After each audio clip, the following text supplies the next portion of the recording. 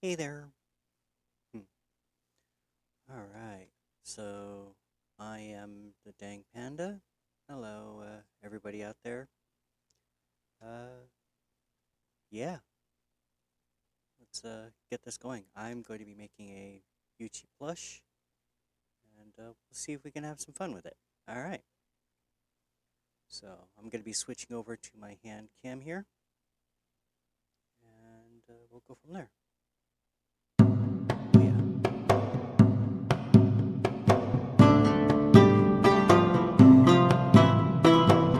So what I have here is some utensil paper templates. Print these out. I have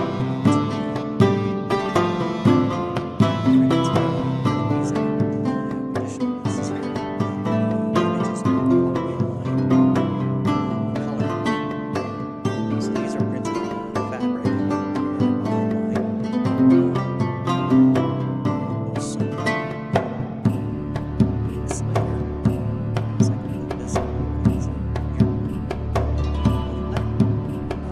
These are printable fabric paper, so print on it, iron it, and perhaps it'll work. So here, back here, these will become your tail. These will be your wings. And these will become your ears. Let's start by cutting out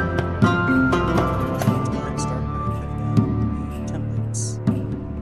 I'll start with the front of the body.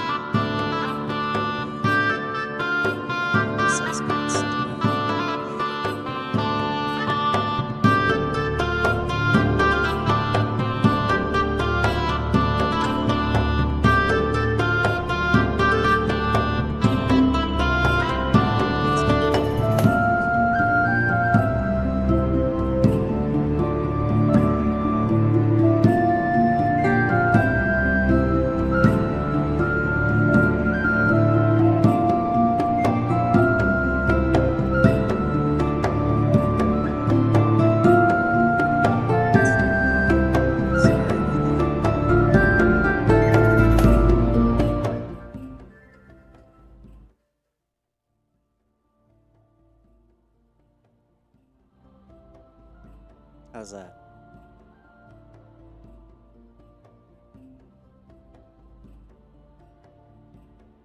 Hi there. Alright, we got the music back under control. Go ahead and finish cutting these templates out.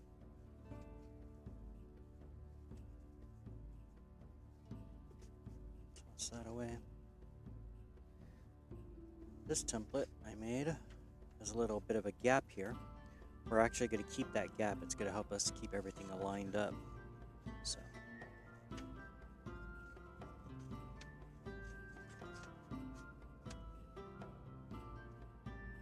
I'm wondering, I have the rotary pad up. Might as well use it. Give me a moment. I'm going to grab my rotary cutter.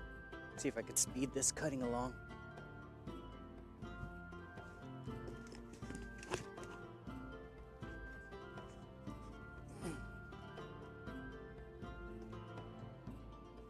There we go.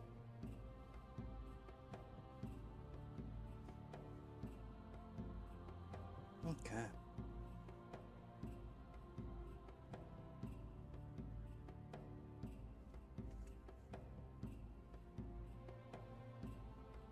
Oh yeah, much smoother, much faster.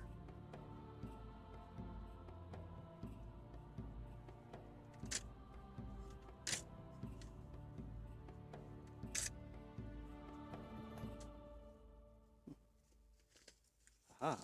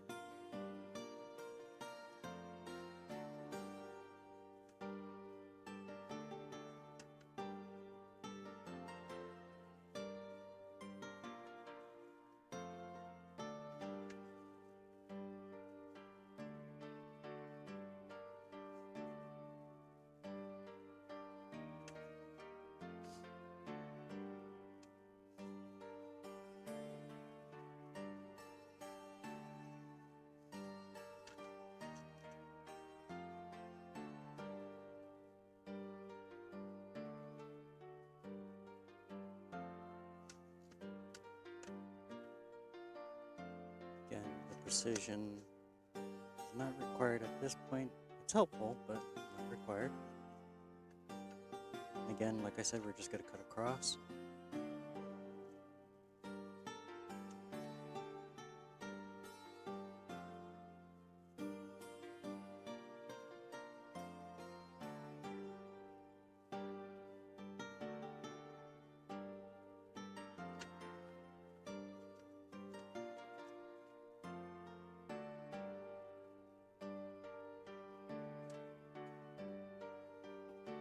Alright, that takes care of the back.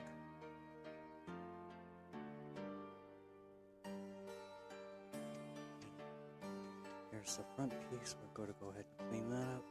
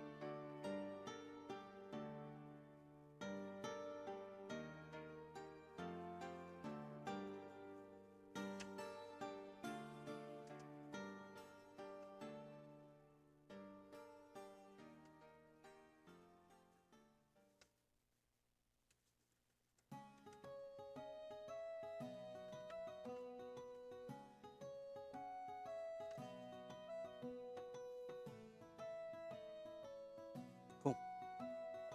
Alright, now that these two are cut out, we can go ahead and start working on the next templates, which will be the ears and the tail and the horns. So, cut this.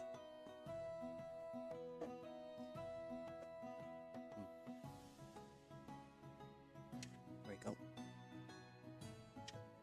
So to speed it up, we'll just use the rotary cutter again to separate the pieces.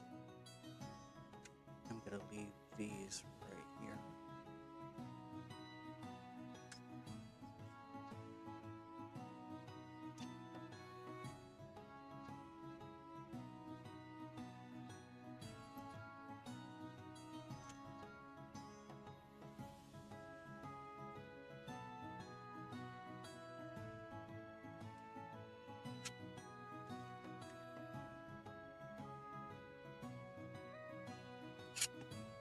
Reason why they call it rough.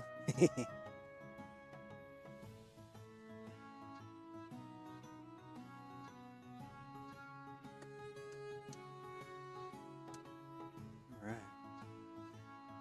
Let's carry one piece.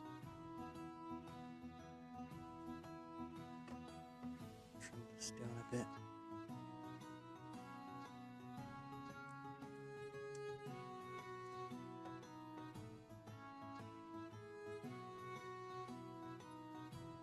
Cool.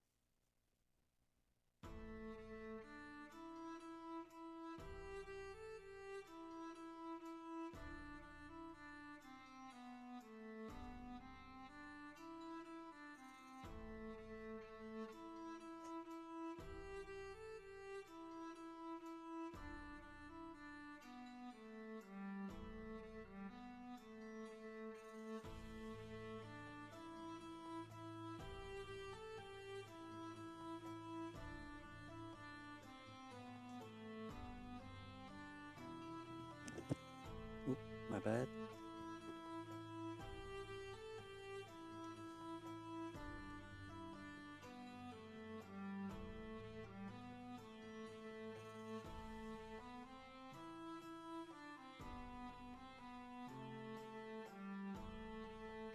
Now this template piece here has a little line in there. That's just to help you align it better when it comes to the colors. So you just line it up on the fabric colors, and that should give you the best quality and best look of the horns when it comes time to sewing and assembly.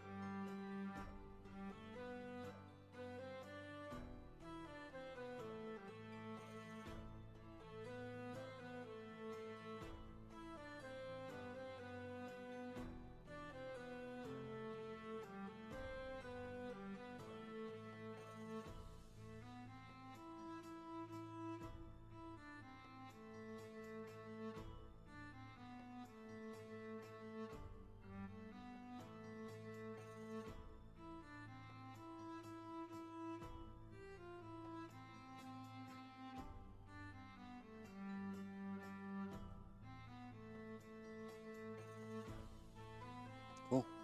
Alright, now that we have all our pieces, we can go ahead and start focusing on tracing and cutting and preparing the fabric pieces. So I have these, like I said, printed on printable fabric, and what they are is a cotton, a type of cotton. I think it's poplin. Excuse me if I'm not mistaken. And you can run this through any inkjet printer. And when you run it through the inkjet printer, it has a peelable backing that you can remove to start working on it. So what we're going to do is we're going to cut it out apart. Again, just like before, doing a bit of a rough cut to make it easier to handle.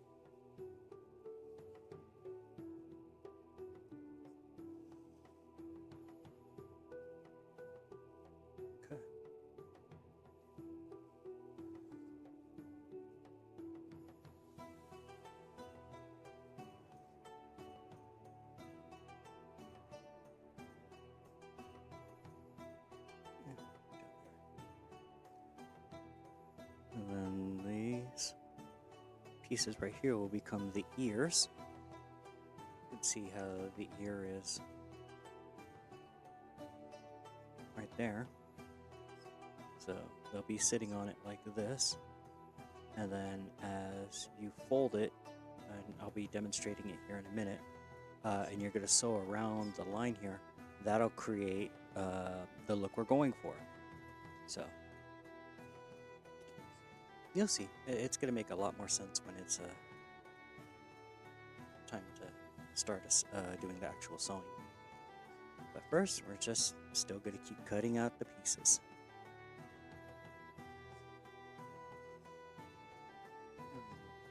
Okay.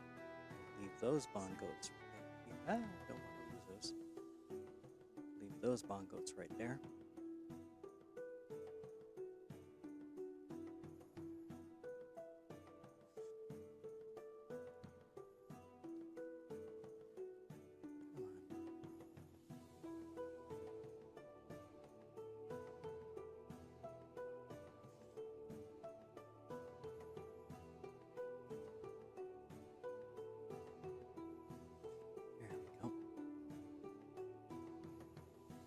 trim the excess here and make it easier to handle later.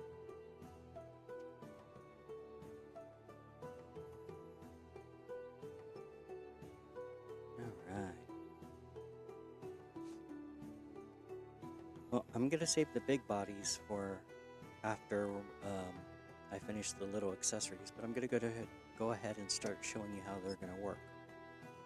So I'm gonna put the tail and horns aside for the moment. Oh, and if you're asking, no, I have not done this before, not like this at least.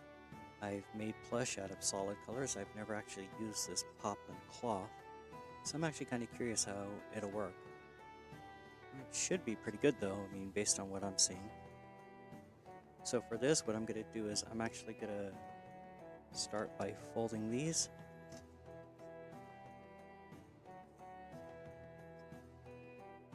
Inside out.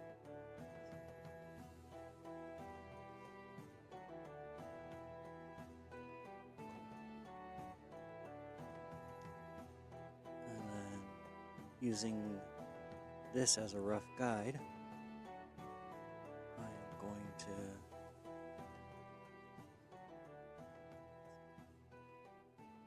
also do the same here.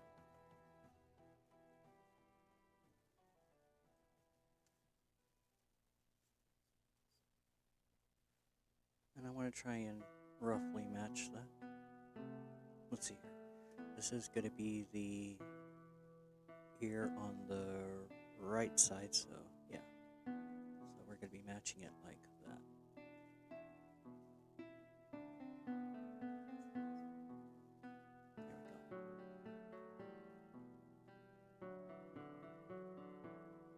we go. Right. So now we have that. We'll go ahead and take our pencil.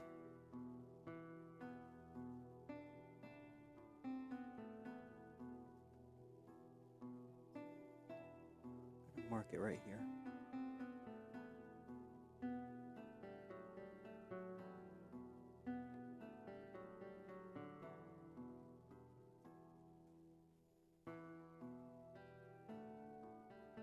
And just like I said, I'm more experimenting here. I've never actually made a plushie like this with this fabric. I've made square pillows, but nothing that's been shaped into a creature such as our BonGoat here. So how are we going to sew it? Well, I thought about using a machine, but then that would get noisy and all that. For those who don't have a machine, they can hand stitch it. But I have a funny alternative here for you guys. I'm not sure I'd call it funny, but this right here is a little manual sewing machine. So what you do is you run a bobbin of thread through the tensioners here, and it goes down into this needle, which will then actually create knots and sew them into it. So I'm not putting it on the line, but just, you know what? I have some of that spare cloth. Ouch.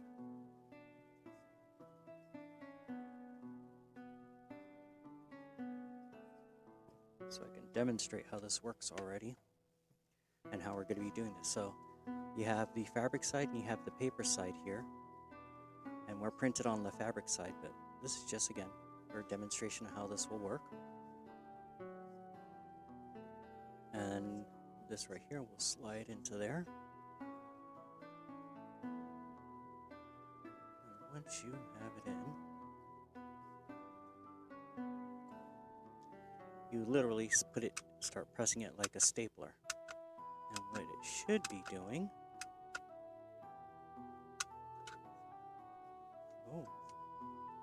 is actually, did I sew it up? Oh, I did. My tension's too high.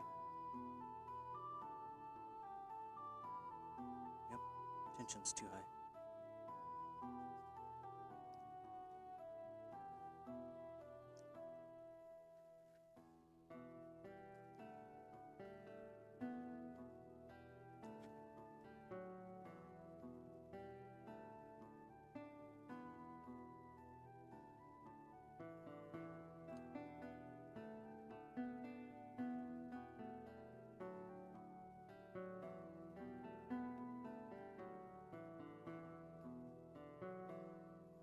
Yeah, it uses the same needle as a regular sewing machine, so there's nothing special about that there.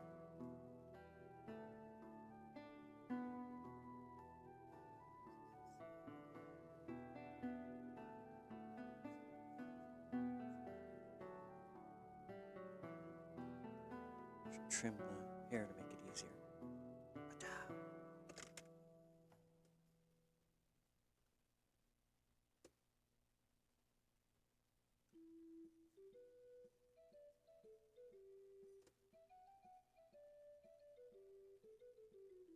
Announcement, viewers. The rest of the stream will be me trying to put this thread in.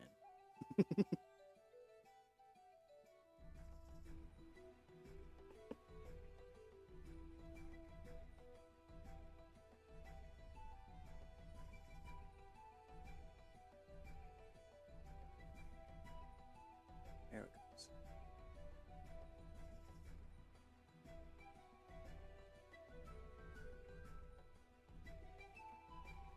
There we go.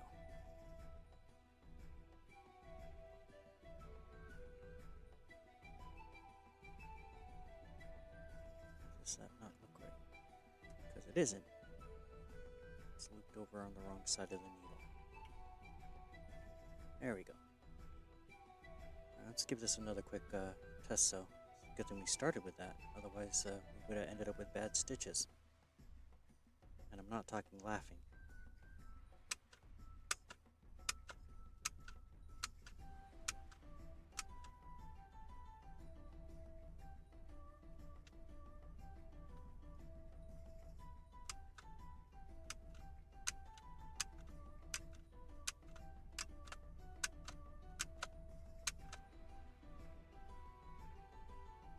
Looks like it's working better now. Tracks look good.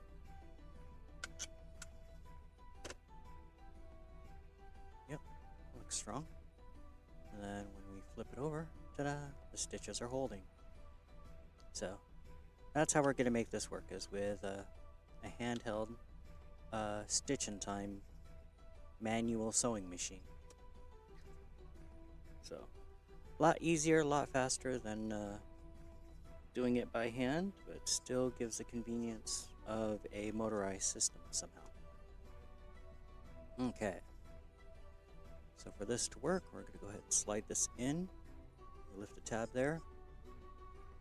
See a little knot there. Now, a little secret here to make this work is you will not actually be sewing all the way to the edge, because we're actually going to be cutting it so we could turn it inside out later. So what we're going to do is we're actually going to bring it all the way to the edge here, but we want to see that the line that we traced into it right there. So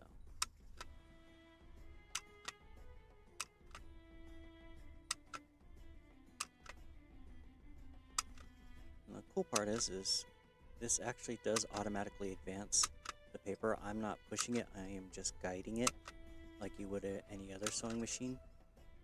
So all I have to do is just make sure that the next stitch is in the right spot. And since the needle always comes down in the same spot, you can figure out where you need to turn the paper in order for it to, or not the paper, the fabric to get to the next stitch at the right spot. So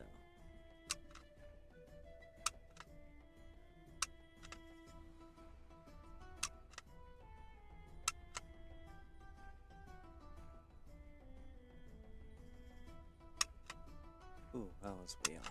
Oh well. That's why we call this an exercise. We're just testing how we do this.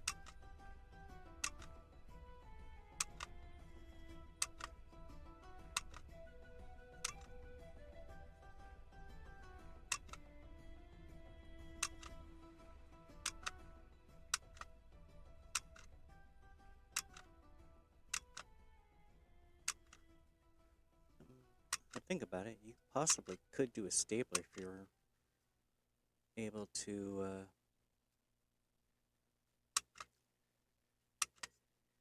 be precise enough with it, but when I think about it, maybe not, because then you have to deal with stiff metal holding everything together. So I guess that wouldn't work. You could also try liquid stitch. Oh, overshot it. But if we do liquid stitch, then that could also cause a problem um,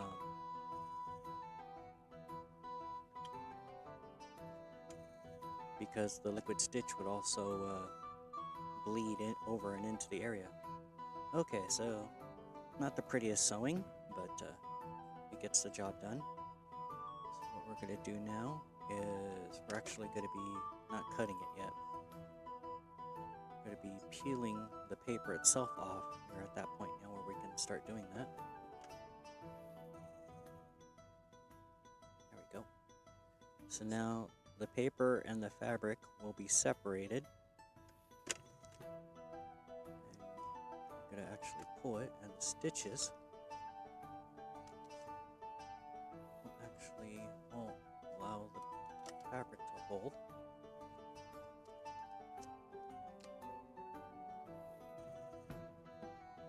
Not as well as I thought it would. Maybe we'll try peeling it first, and then we'll stitch it together, because that's not looking very right. So let's try that again. But now we have holes to help guide us. So we'll take the stitching, the manual stitching, stitch it right back in. Oh, that's much easier. Okay. So I'm going to say we're going to use the paper, we're going to take the paper off before we sew it.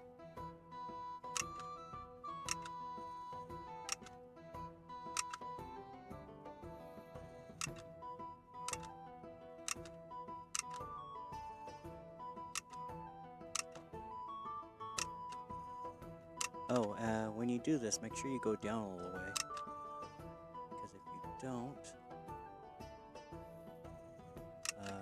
it could cause issues with the sewing itself.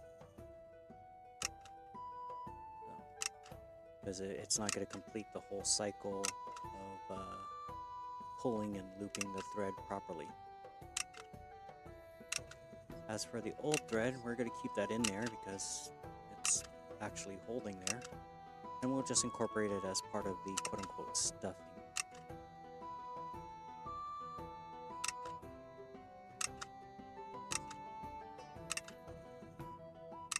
Alright. Yeah, that's much better. Cool.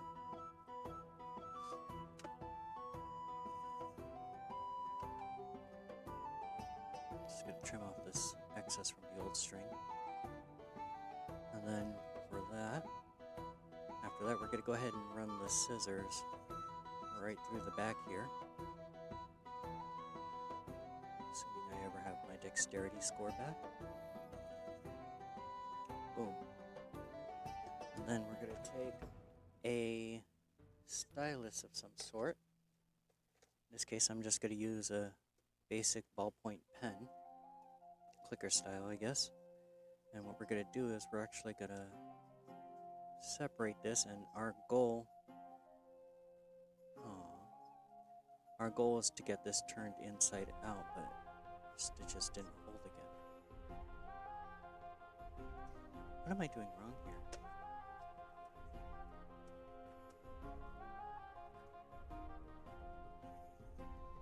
Because half of it holds, the first half does not. So I'm curious as to why.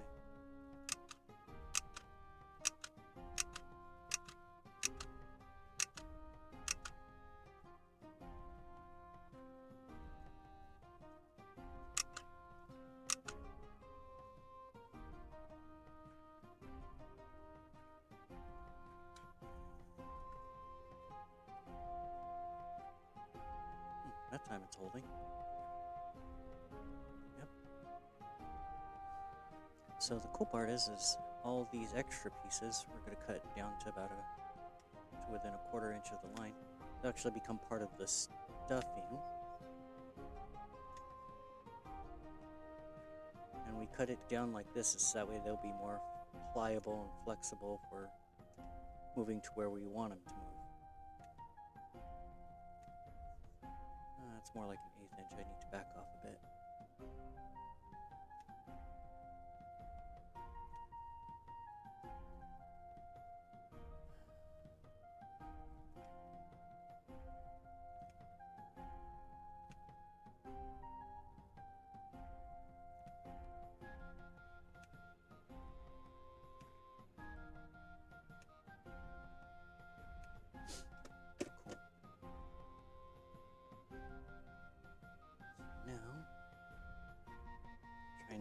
Now we're going to try and turn this inside out. How am I going to do that exactly? Like I said, I'm not 100% sure, but what I was thinking is we use the pen to open it up on this side.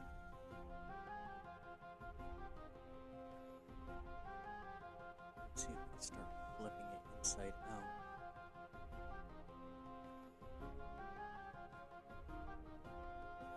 Slowly poking it through itself. I know there's a tool for this, I just didn't pull one out. Now that I think about it, should have. Let's see if my plastic tweezers can be of more use to us here. Slide those in.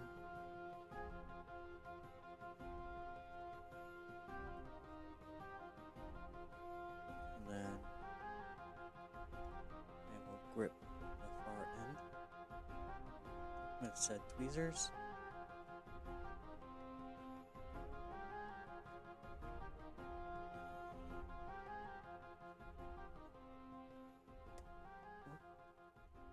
That's actually working out, just slower than I thought it would.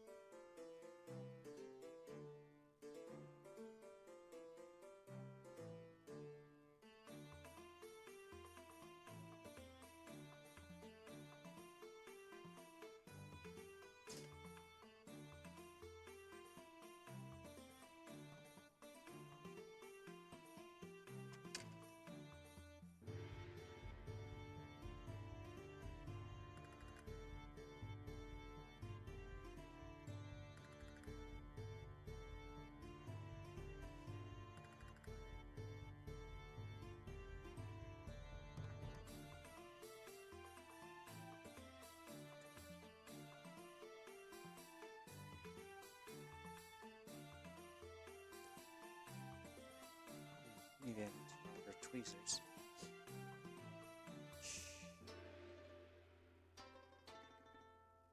I do not have. Oh well.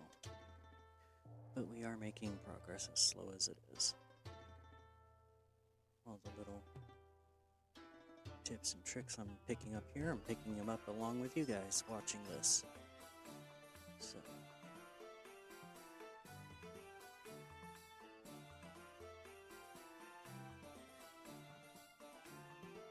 Or gals.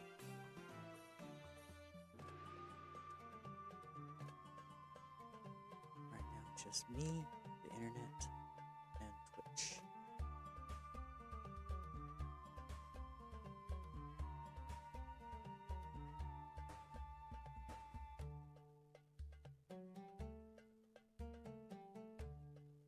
There we go. Now it's starting to come through.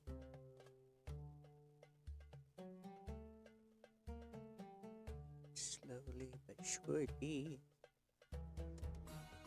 pushing through. Wow, 40 minutes already.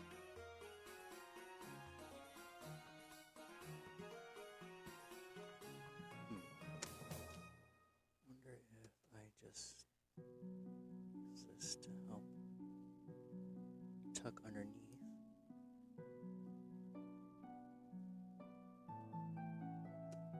See if I can get some to push through along the wall, using that as an anchor.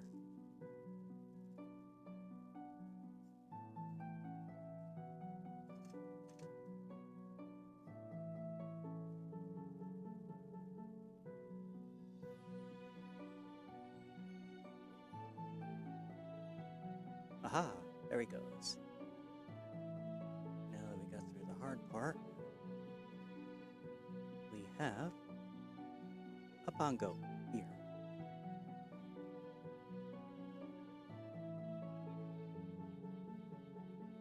So right now I'm just making sure all the stitches make it to the edge so we have it roughly the right shape we need it to be.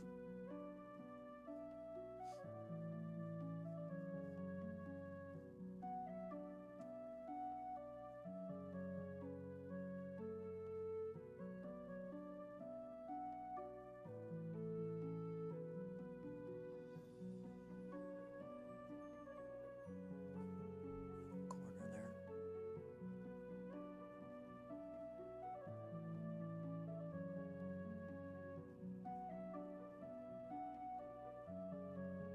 Alright. Cool. We have a BonGoat ear with lots of learning just in this one piece alone. So let's use the lessons learned from this and move forward.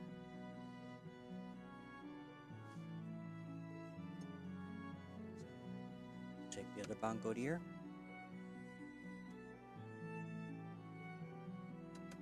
And we're going to go ahead and separate it from the paper now. Just see how much easier it was when we didn't have the paper backing on it. There we go. It's like a sticker or tape. Okay. So we want this one to be the other BonGoat ear, so we're looking for it to curve like that. As we do this, curve it over like such. So I'm gonna fold it along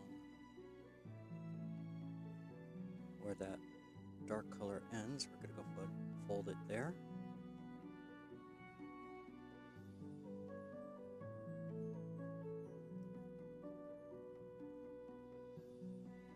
And stick the template around.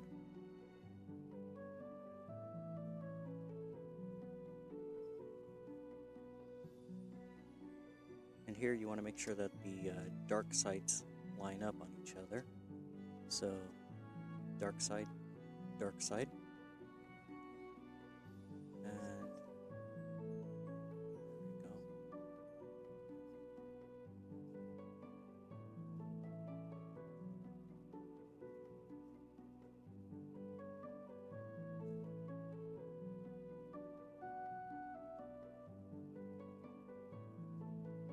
That's close. And we're going to go ahead and trace our lines onto this. Again, grabbing our pencil. Oh, that's different.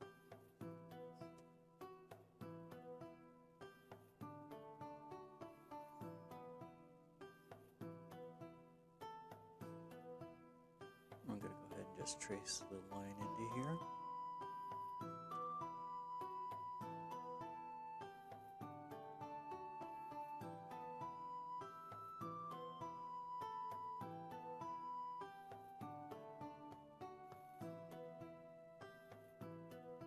And like I said earlier, due to the small scale, we're not likely going to be seeing any detailed sewing motions on here, so let's do with what we can.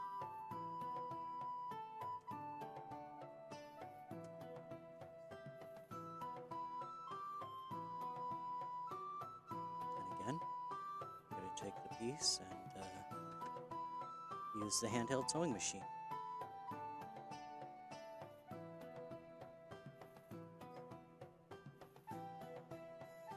So you should be able to see the line through the hole there in the sewing machine. You just roughly line it up on the needle. And again, just start running the machine. A human-powered machine.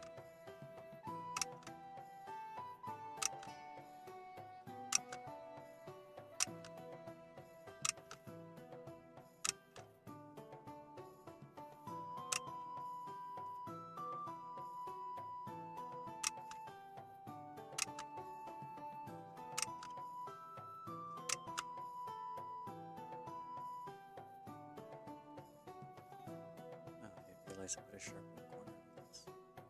Okay.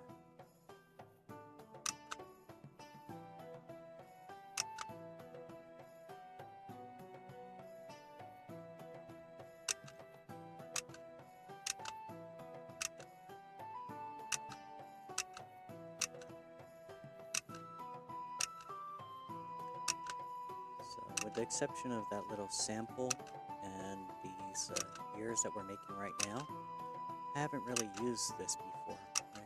I actually received it as a gift, but I figured it'd make a fun project someday, and lo and behold, here's what we're doing now. So, can't complain about it much, right? Alright, and we're back at this line, which is where I started when I first made the stitch, so we're about where we started. So we're going to go ahead and release the ear, which came out much easier and better than the last time. And again, we're going to snip edges.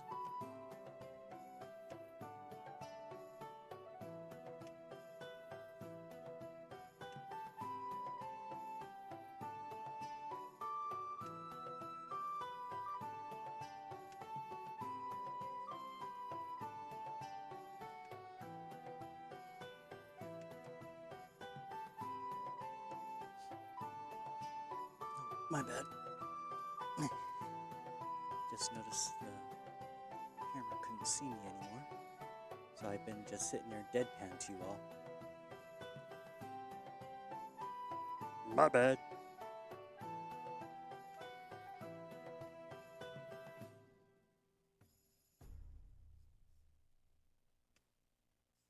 That's too close again, but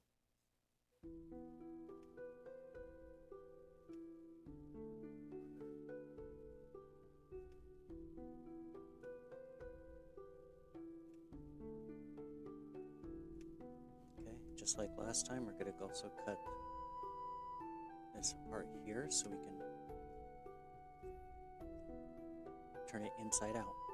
So we learned a little bit from the last one, so let's see if we can turn it inside out a lot faster than before. But first, I needed to untangle myself. So we use this to split.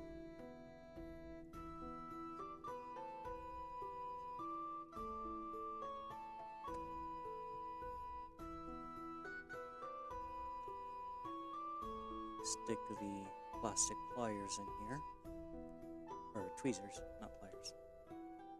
Oh shoot, no! We lost stitches.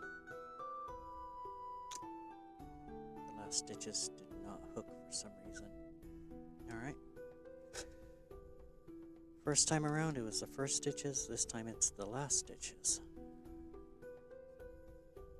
I'll have to figure this out more. Sorry, Yuchi. I'm using the BonGoat as a trial.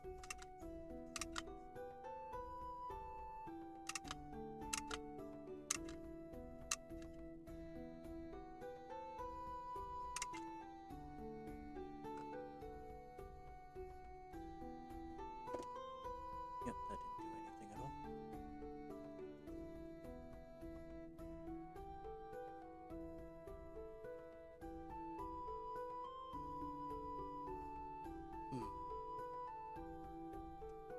Try it one last time. Try and make this work. I will make this work!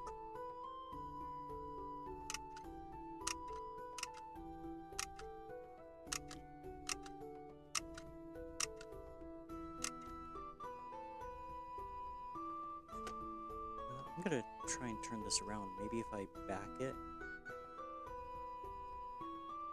it'll hold better.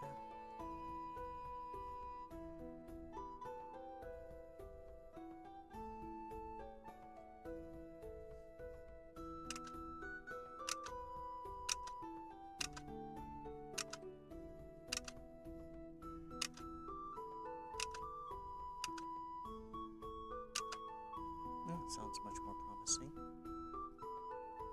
Let's see if that worked.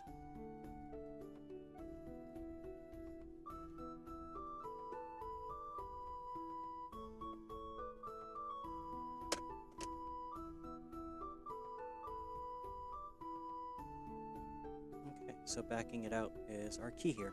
So new lesson for this machine, number 2, is to make sure it's backed out as it's sewing, or double backed on itself while it's sewing. I'm going to use the tweezers to try and hold this open. Let's see if we can get this to tuck in between the tweezers better. Let's see if we could turn this ear inside out a little bit faster than the previous time.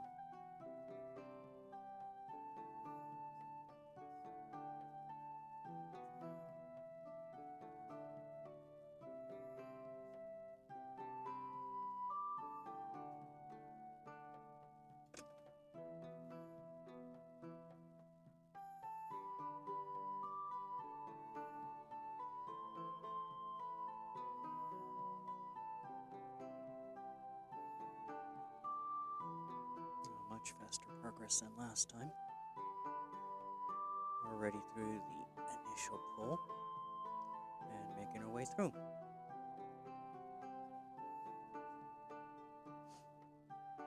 So yay!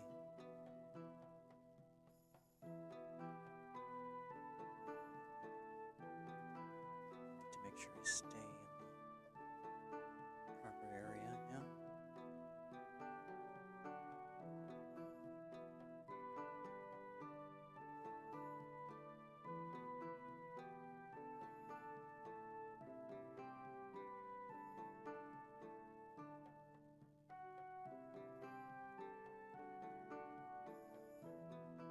See, the ear is already taking its shape. We're just trying to get it pushed all the way through to its stitches. And again, the pieces that we left on there and just cut into little strips, they end up becoming the stuffing needed for this project to work well.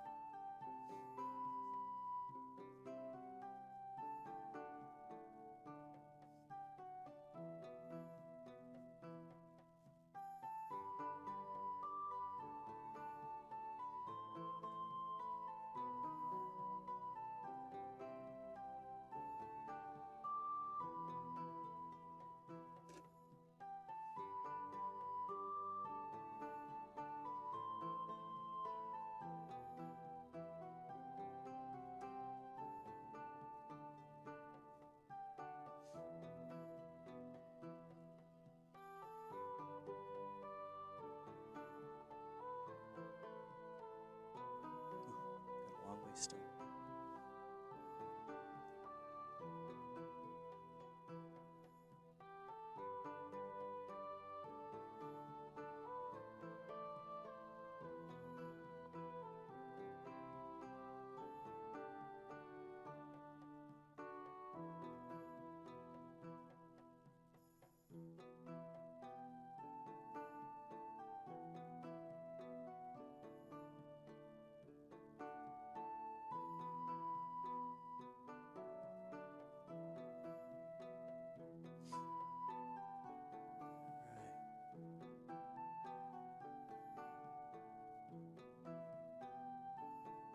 We're getting there, almost at the end. You can see the color already shifting at the end of the line.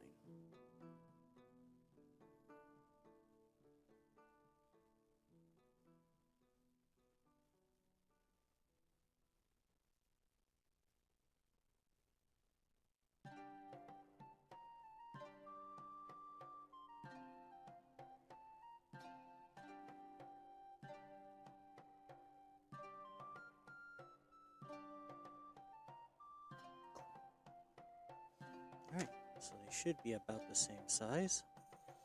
Oh, look at that, they are. Awesome! And they are now the BonGoat ears. So, ta-da! Now these inner edges here, where it's still raw and everything like that, they'll be tucked into the body, so you're not going to see them. You'll just see the ears sticking out from the sides. So, yeah, that'll take care of itself. Alright, so we got the BonGoat ears. Let's go on and take the lessons we've learned and make the BonGoat tail.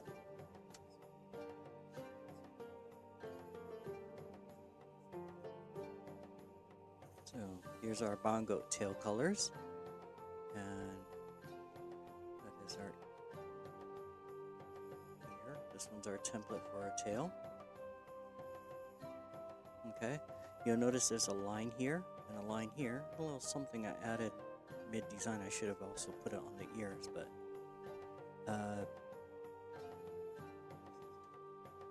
we're going to go ahead and separate the paper, and that line is where you're going to fold this in half, so you're not having to rely on trying to line up templates on it.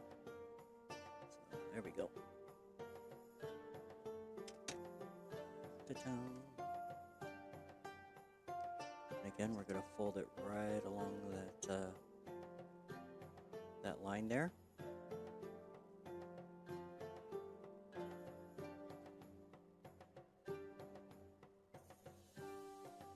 Okay. Doesn't have to be super precise, but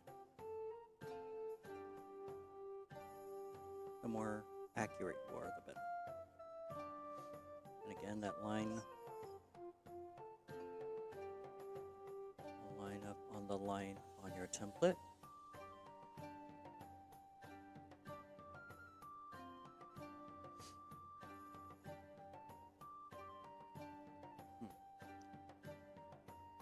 You know what we could do is we could fold it out like this on the paper template and create a fold. So when we turn it back the other way to actually template it, or you know what, we could actually run it just like that even, since it's the same. And for this one to work, I want to make sure that you can kind of see through the fabric a bit where the ink is on the other side. And you'll want to get this to line up as best you can. Or at least in the center of it also. You have a bit more leeway with pieces. But as you can see here, there's a darker zone, and I'm roughly lined up on it. And that's all you need. You don't need to be super precise. We're not making multi-million dollars in merch. This one's just a fun little pet project for home. Again, pencil. I prefer pencil over pen because at least with the pencil, it'll be able to wash and dissipate out without staining so much. Whereas if you use ink, it could potentially bleed through, especially if you use gel ink. The temperatures of wash machines and the soap and everything could actually just cause it to spread and cause problems for the plush overall. Now, the cool thing I like about this plush fabric, or the printable fabric, is you could actually set the fabric and make it color fast, so you could actually even put it through a washing machine. Yeah, so if you make it color fast, you'll be able to actually do a lot more with it. Or in terms of maintenance and everything, it'll decrease the amount you need to take care of. Alright, so again, we're going to grab our little stitch machine, lift the little foot, and slide that in. And using the lessons from before, what we're going to actually do is we're actually going to start somewhere up higher on it.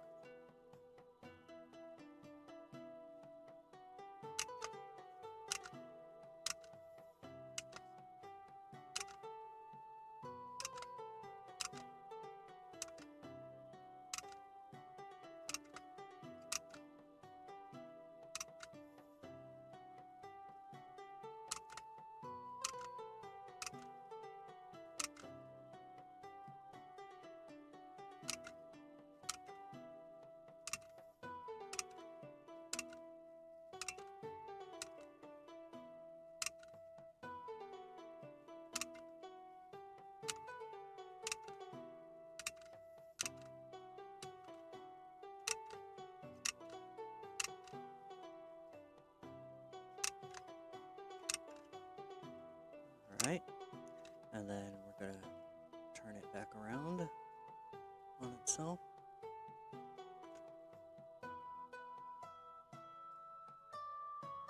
we're going to go back the other way.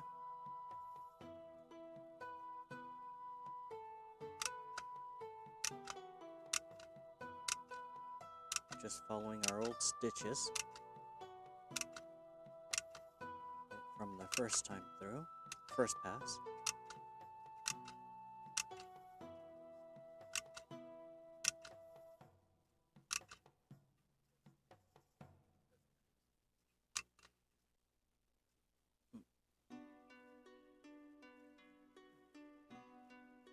Come on.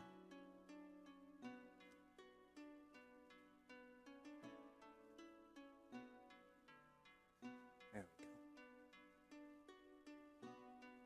That was our last stitches right there, so our next stitch should be right there. There we go.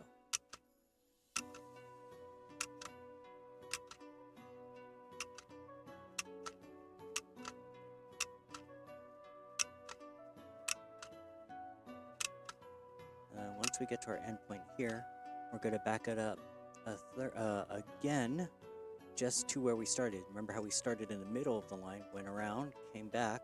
This is still just one line, so we're going to go ahead and turn this around.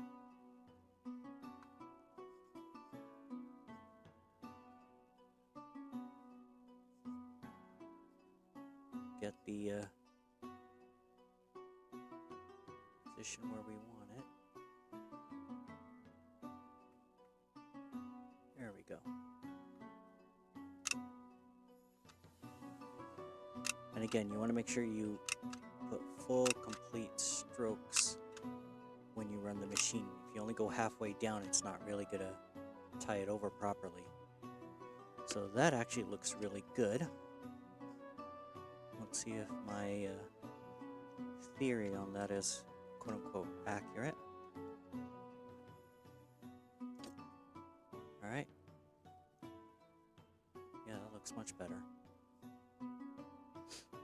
Maybe need a little bit more tension since I see some looseness there. Now, because this one's going to have a tighter turn at the tip here, we're going to make sure we're going to cut this a little bit,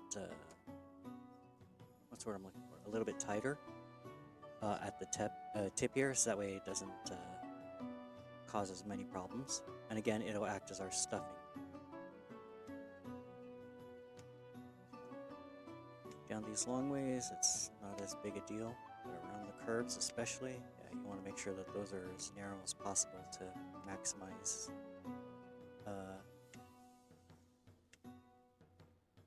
maximize their ability to be turned inside out. Now, I thought about actually trimming the excess length off, but again, that just make it, I'd have to put more stuffing at the back again. I need to stop shifting over.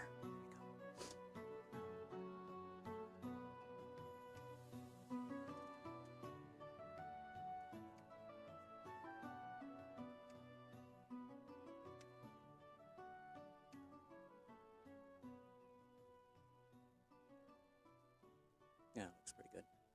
And just like before, we still need to cut through here and make our inside out cut.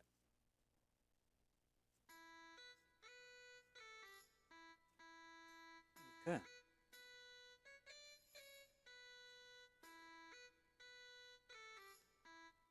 going to cut these extra loops here just because that's just going to make them more like looser fibers. So that should give them more of a tendency to want to become more like stuffing rather than a resistance to it.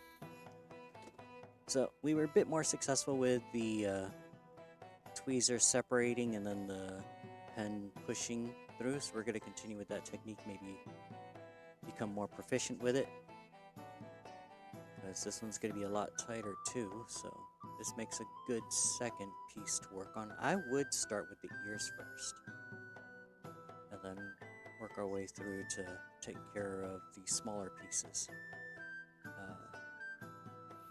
I'd probably save the tail for third, now that I think about it, because it is the long and narrow one. Whereas if we'd started with the ears, with the exception of the missing line in the middle, uh, they were the easiest. They were easier so far in terms of processing. I just had to learn how to do it. But the tail here, I can see it already. It's having a bit more of a fight with me because it's so narrow, and I'm trying to turn it inside out through it too. There we go. But again, we learned on the ears how to turn these small ones inside out better. By cutting it into small pieces, they're not going to be fighting as much. You can see they just fray out, or flay off, I don't know, spread out. Make it easier to turn this inside out. Good movie, by the way, in my opinion. Then again, I have a higher appreciation than most, I guess, because it definitely requires some psychology or physiology to understand it a bit, especially when they start talking about the different segments of the brain, which are generally really true from what I understand from professionals and everything. And that's why the movie took so long to make. I think it said they were actually going to be working on it for over 10 years. They started it and then decided to get somebody, a cognitive behavior therapist or somebody who specializes in these things, and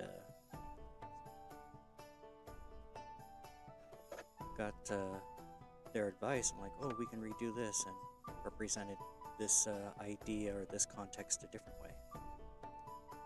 Oh yeah, this one's much harder now that it's narrower. So maybe if I redo this project, I make the tail a little bit thicker or find another way to do it.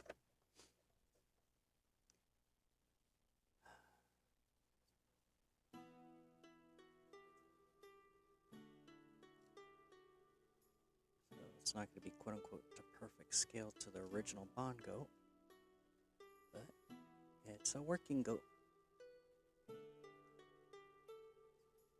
Making progress and learning.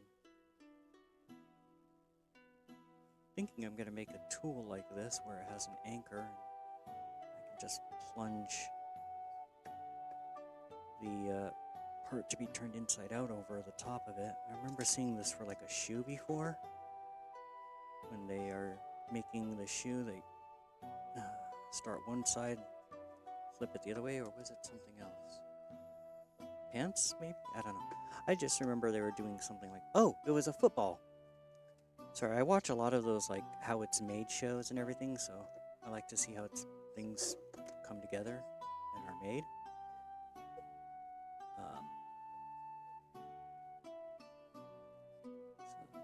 Yeah, the BonGoat doesn't have a super long tail. In fact, it's very pudgy to begin with. My diagram shows it as a lot longer than it needs to be. But, again, experimenting and enjoying learning with you guys.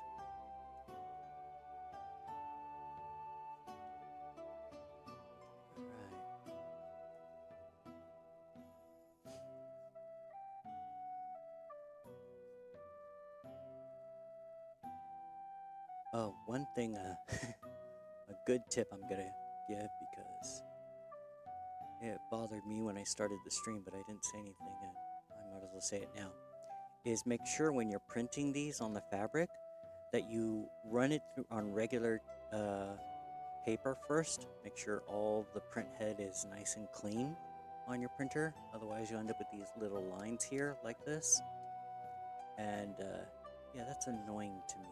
I'm sure you've probably already noticed it earlier, but now I am addressing it.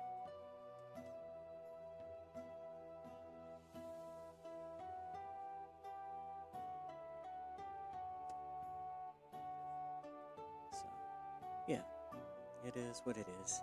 It is what it is. I think Crunchyroll's Hime is the one who says it like that. Miss her. Yeah.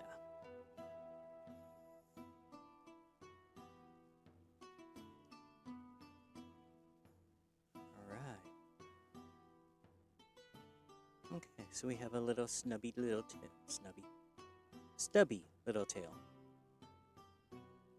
Yep, that's turned all the way inside out. You can see the stitch lines starting to appear. So we got the tail, we got the ears. Put that aside. Now we can start working the horns.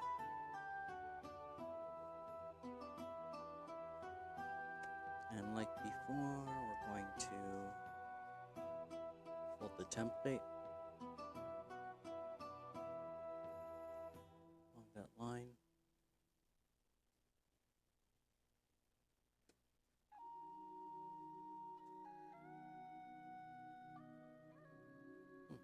That'll make it easier. And we're going to go ahead and peel the backing off our fabric.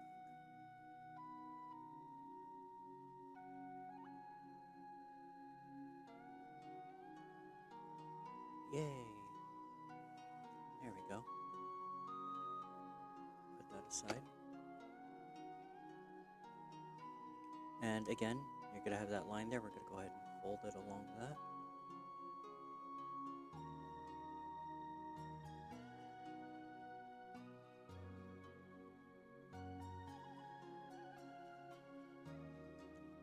And if you look at it through the light, it should be identical, since what I did in this particular case is actually took the original coloring of the ear and flipped it around. Essentially just mirrored it and then lined them up on each other. So again, you're going to see a darker line. You want to match that up on the horns. This is designed to not need to be super precise. I'm pretty sure super precise would be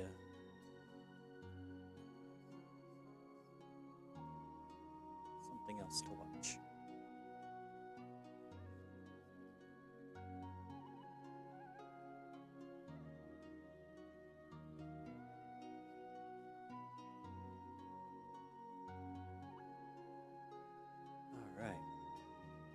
Cha-cha.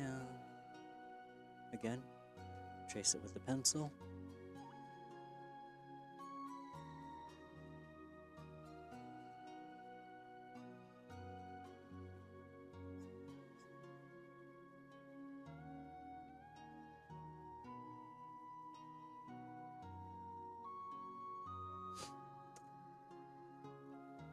And we have our orders, our stitches.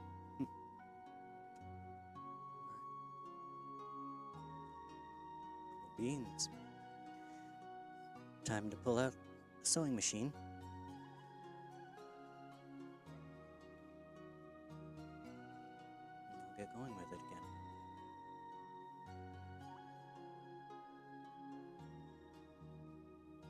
Again, try and locate your pencil markings through the hole.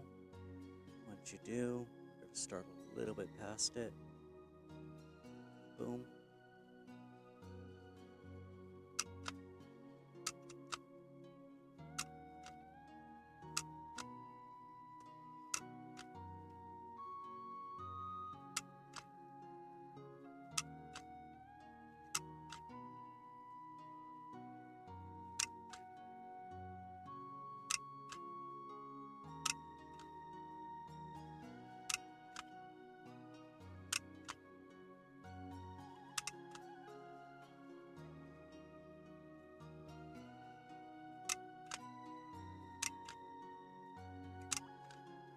Again, we're going to double back on it.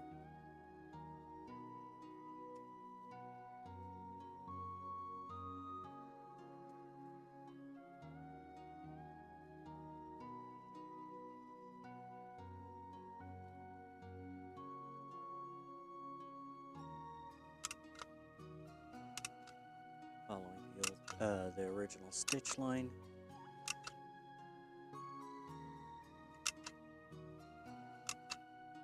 Sure the keen-eyed of you have already noticed that my stitch line does not line up with the pencil line. I'm going to say that's giving it character, because not everybody has the same lines, and goats don't all have the exact same horns. And same with this bongo. It's going to have different horns as well. Again, we're at the end, so we're going to double back it all the way to the beginning. Remember, we started in the middle here. And that should provide the strength we need.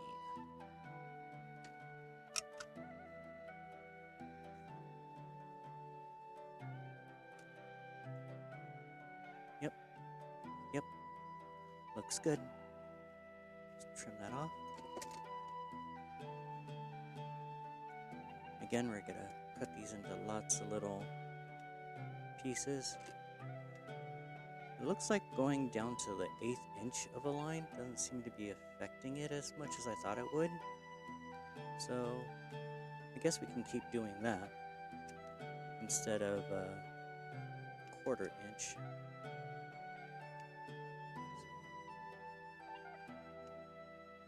And I'm gonna make these extra frayed, or extra slim, not frayed.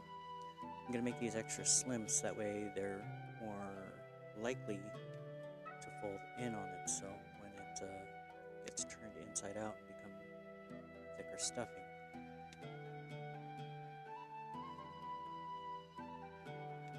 And hopefully, by also being long and thin like this, it'll also give it a little bit of plump.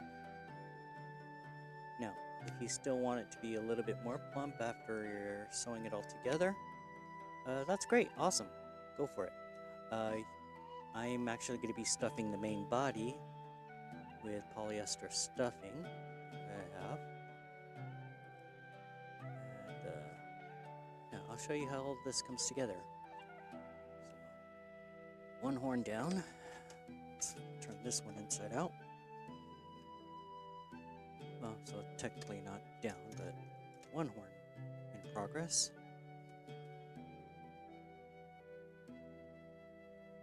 Now the quote-unquote fun part. Take the horn, stretch it a bit, push it in.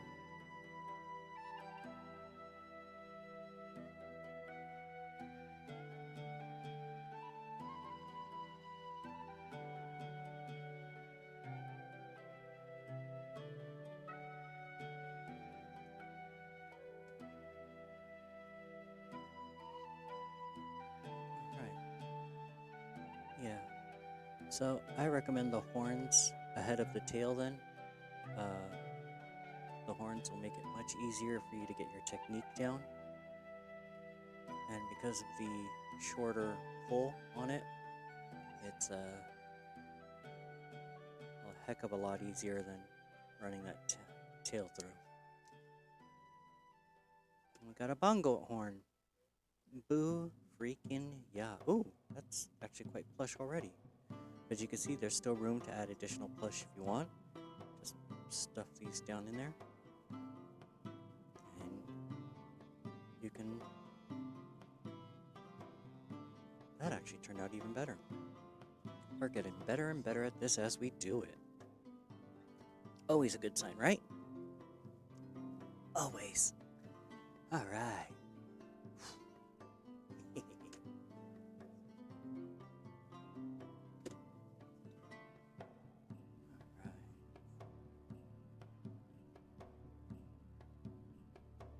There we go.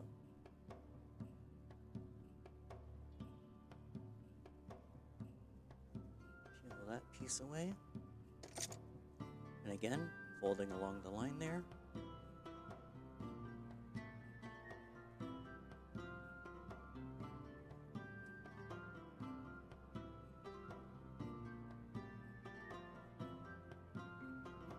Yeah.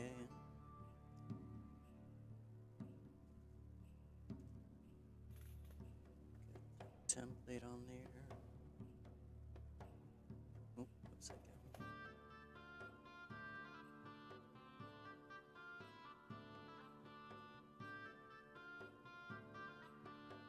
And again, just generally you can kind of see through the fabric. And just get it roughly lined up on that. again, if you're more precise, good on you.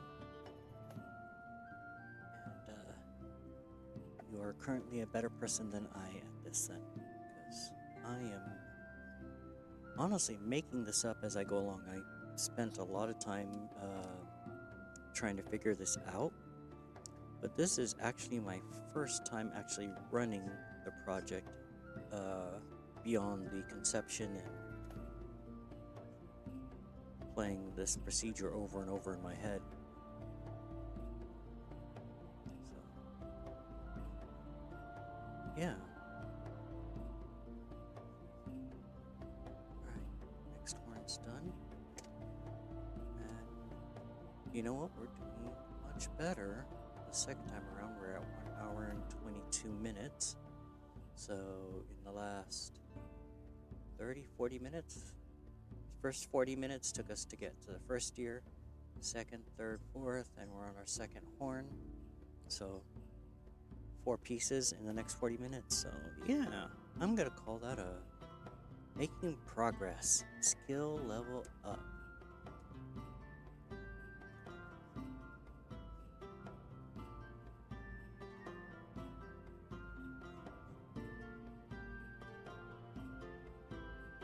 Alright.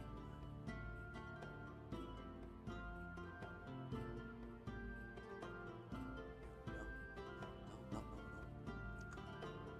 Broken brain forgot that we need to start in the middle of the line, not at the end, so that way we can do those turnarounds, which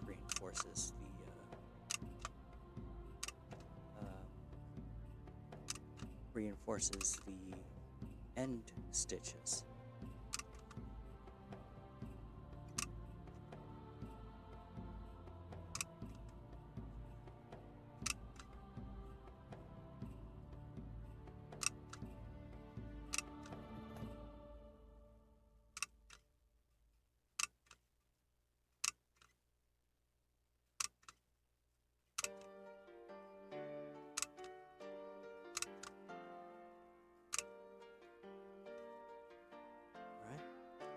Down our first pass, turn it around,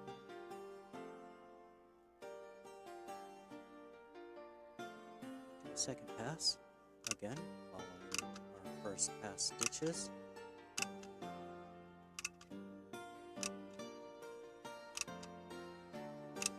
Making sure we go all the way down on our presses, so we don't lock up the machine.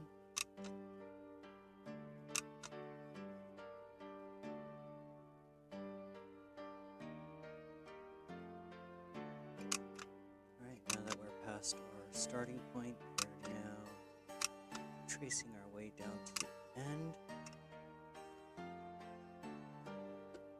And then we're going to back it up to itself one more time. So as we do this, we'll be able to get this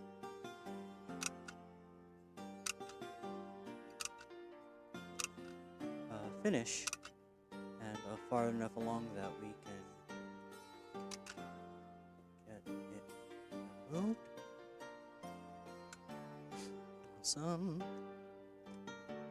Snip the line.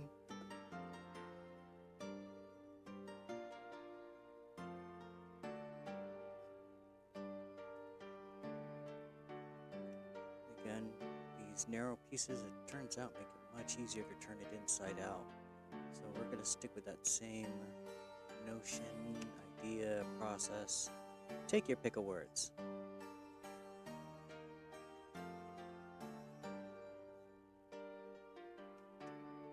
But either way, it seems to be more helpful to us than a hindrance, so.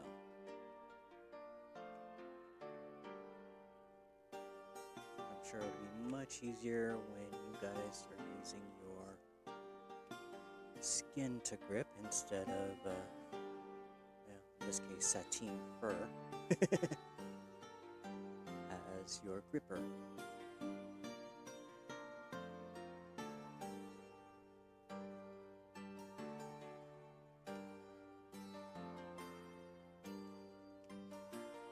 split that fray down further, so it's less of an issue.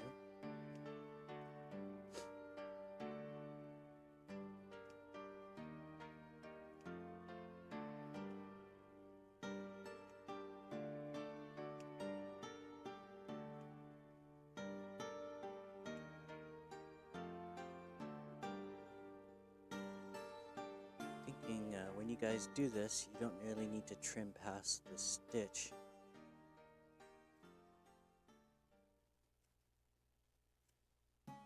So that's going to be a lesson for me to learn for the next time I run a project like this, which I am actually enjoying this quite a bit more than I anticipated. So you know what? I'm going to be making more of these.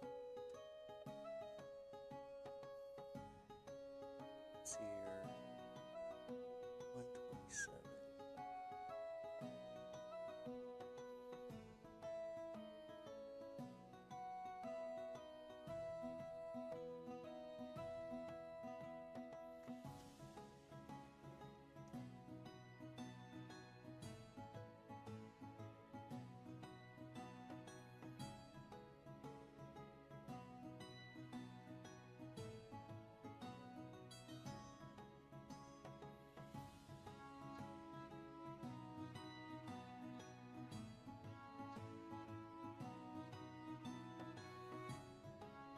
The first one goes so easy, and this one is being a lot more annoying.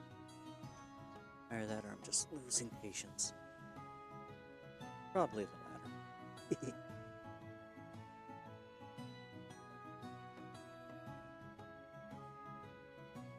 Don't break your head, people.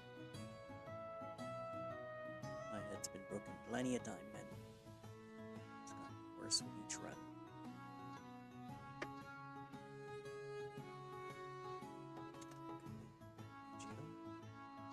Grip on you there. See your shoes.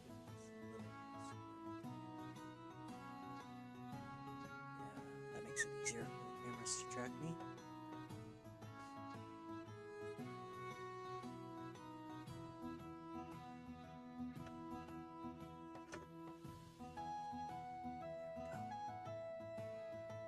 Just gotta get that tip out.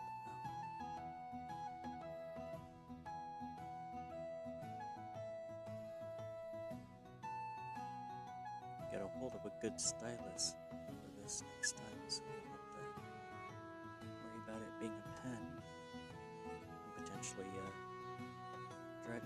Well, I guess you could use like a knitting needle, a blunt one, or a crochet hook, maybe. As long as it doesn't have a sharp end there.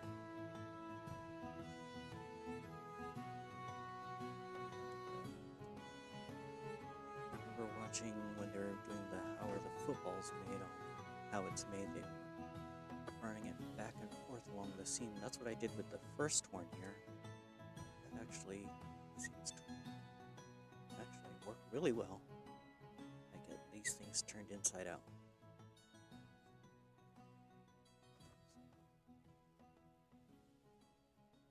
Yay. Ooh.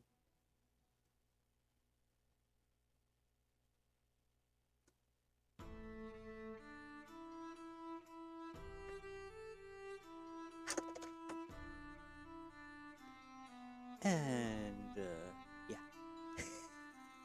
That's that one. Almost there. You can see how the stitch is almost there. We just have a little bit more tucked in there.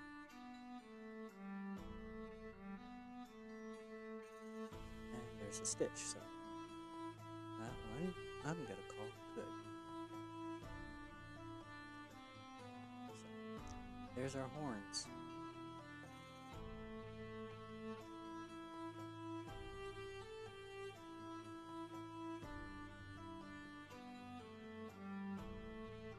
Ta-da!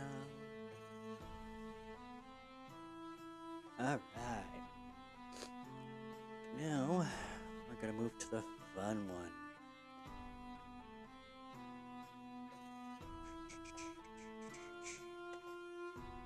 So we're gonna be working this side for now.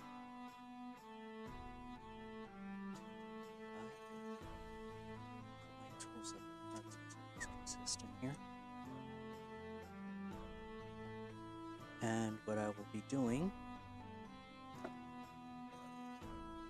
is the piece without the lines in between them is going to be for the front of the BonGoat, and the pieces behind are going to be on the blank. So you can see the BonGoat's already pre-printed at the front here. And how this works is you have two little bumps at the bottom of the tracing. They will be the bottom of the feet. So that is how that's going to line up. Okay? This one's going to work a little bit differently because we're going to actually have some extra procedures here.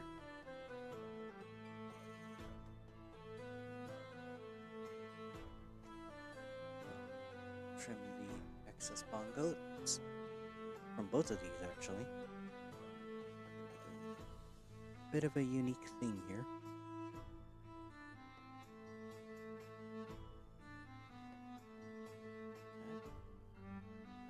More BonGoats. This is going to be a whole BonGoat alley.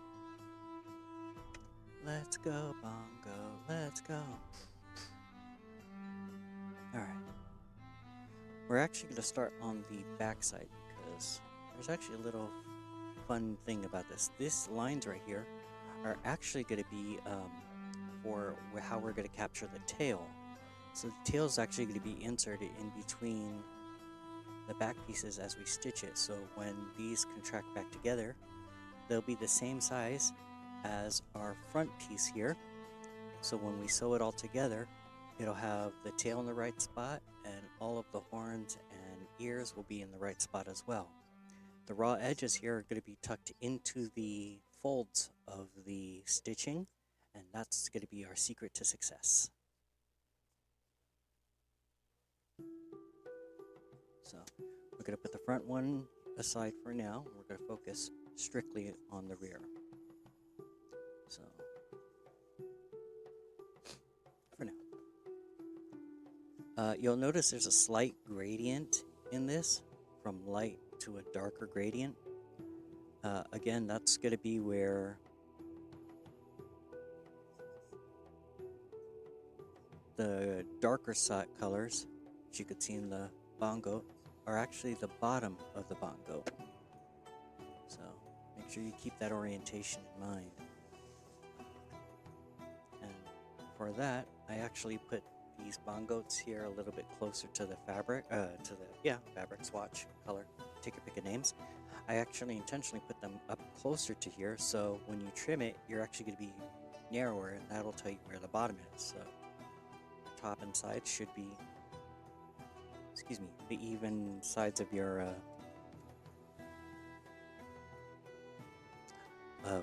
printer, and then the bottom is where you're going to be cutting from. That'll be your trim zone. So we got our BonGoat fabric. We're going to fold it in half. We're also going to fold this one in half. Except we want to make sure we could still see the lines on the outside.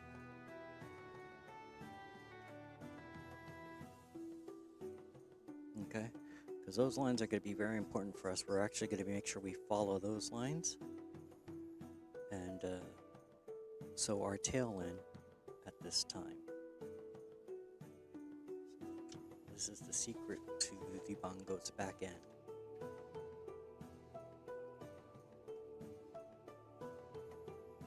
It's going to be about the middle.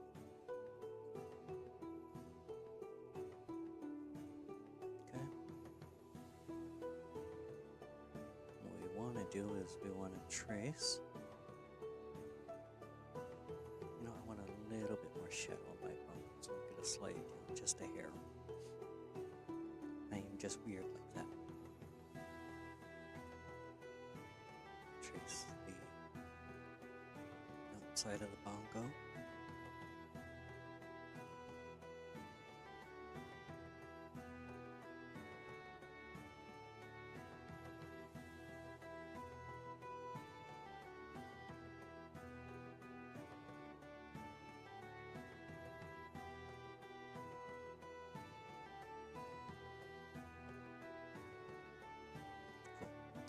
this little extra step we're going to do here is we're going to take these lines and we're just going to mark it there, there, so we know where we're going to be putting a cross line. For that, we're going to take a ruler and slice it right down the marks, right between the marks. Now, here's where the fun part begins. Ooh. We're going to go ahead and take the tail piece, and we're just a little bit above it. So, you know, again, you could place it where you want, but I'm going to try and follow my instinct here, because once we stuff it, it's going to curve up. So you don't want it down at the bottom here, because then it'll be at the bottom and it won't be up high where you want it. So that's where we're going to roughly place it, right here. So again, I like that spot right there. It can be wherever you want. I am just using my preferences and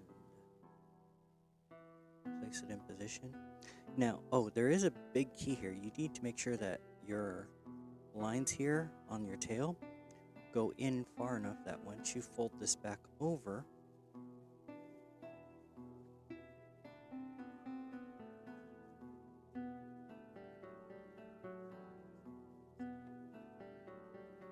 that it'll actually, this line will pass it, go past the tail's stitches, and that'll hold it in place better. Now, we're actually going to start right where that tail is and stitch our way up and down, again, double backing on it to make sure it's reinforced and strong. Okay?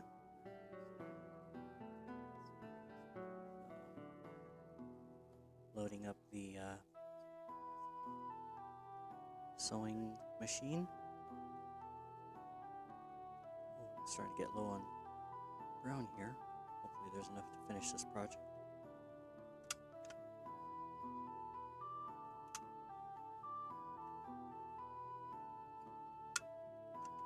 Ooh, that's a lot of fabric I'm punching through. So, be aware that this might be a little bit harder for the machine, just because of how much thicker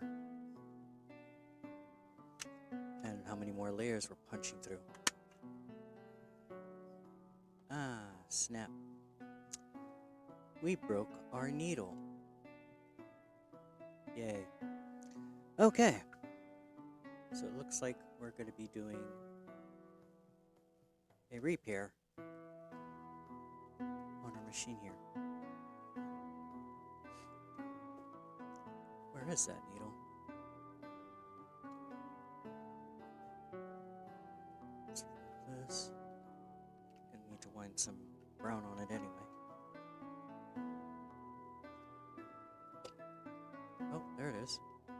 There's the end of our needle. Alright, I'm gonna throw that straight to the trash. Don't want any needles sticking out. You'll see it has a screwdriver and a screw holding everything together, so you want to grab a screwdriver for it.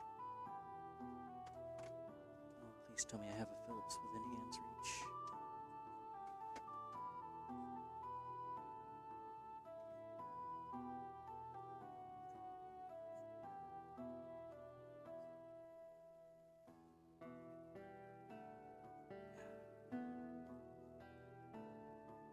Okay.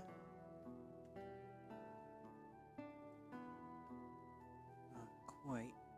Hey. There we go. And we're going to get another machine needle out. So, put that. There it is.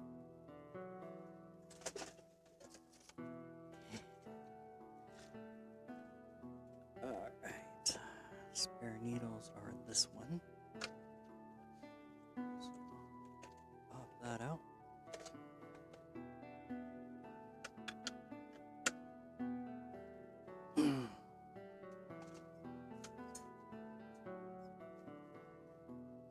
Okay. So lots of different needles available for sewing machines. It's good if you know them, not critical you can get away with most needles on this machine. Like I said, it uses your standard Singer Brother branded sewing needles. So just throw the old needle away.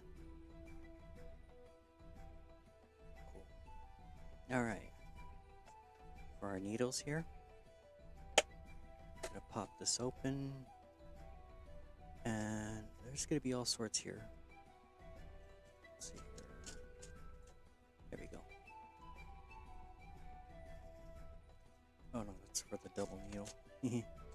There's gonna be information for your needles on these backer cards. So I like to keep the backer cards, and I'm just looking for those because I want to show you what your information you're looking for. Oh, here we go. So you'll see it has a needle size on it, and that's what we're going to be looking for. So I want to stick with, in this case, because we're dealing with cotton and everything like that, 9014 is going to be our needle number. So I'm going to look for the 9014, which is usually a red needle.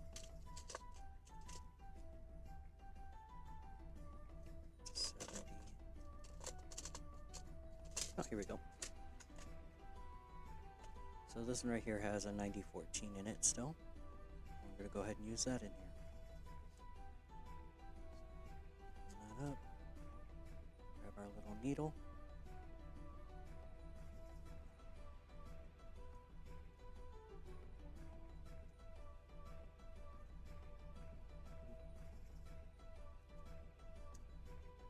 Come on, there we go.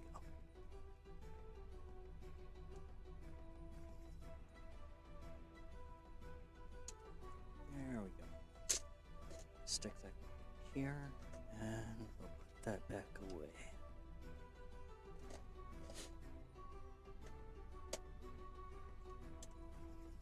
Alright, so to put this back, you'll see that each needle actually has a side that has a little taper with a notch in it, and then you'll see a side with a channel going up to the eye of the needle near the end of it. Wish I could get a better view for y'all, but I think that's the best I'm going to be able to do. But if you see where that little recess is on the back side of the needle, on this machine, it's going to be sticking towards the outside of the mouth. Okay? Another way to indicate where a needle point is it'll actually, at the shaft, will also have a flat side. So it'll be round all around except for one side, which will be flat. And you want to stick that one into there.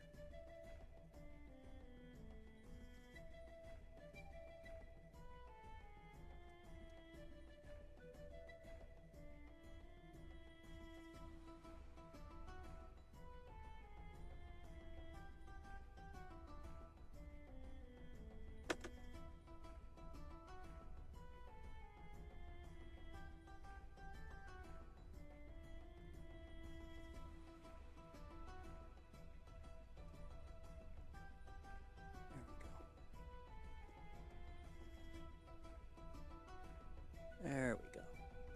Now we're in. Just gotta make sure everything's lined up on there.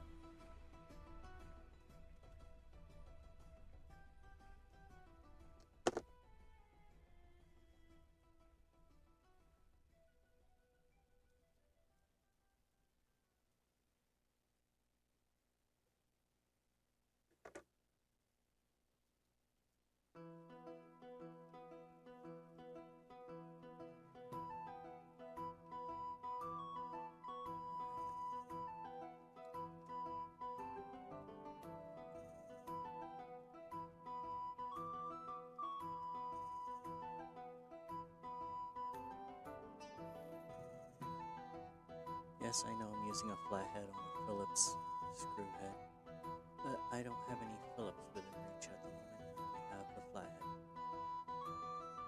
So, I apologize for all the perfectionists and cringy people out there because, yes, it is making me cringe, but right now my priority is getting this project done for you guys, so you guys can enjoy and learn like I am.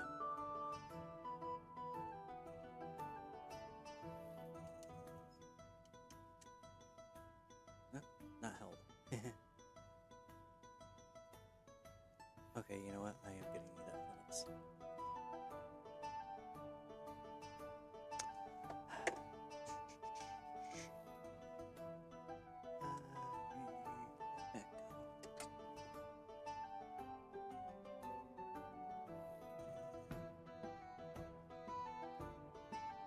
Oh, just a hair out of my reach. Cool.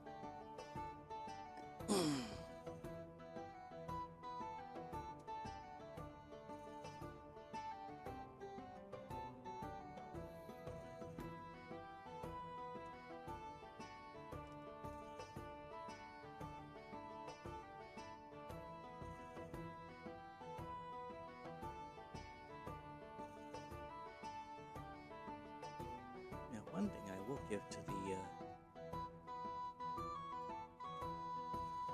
the electric sewing machines is they are able to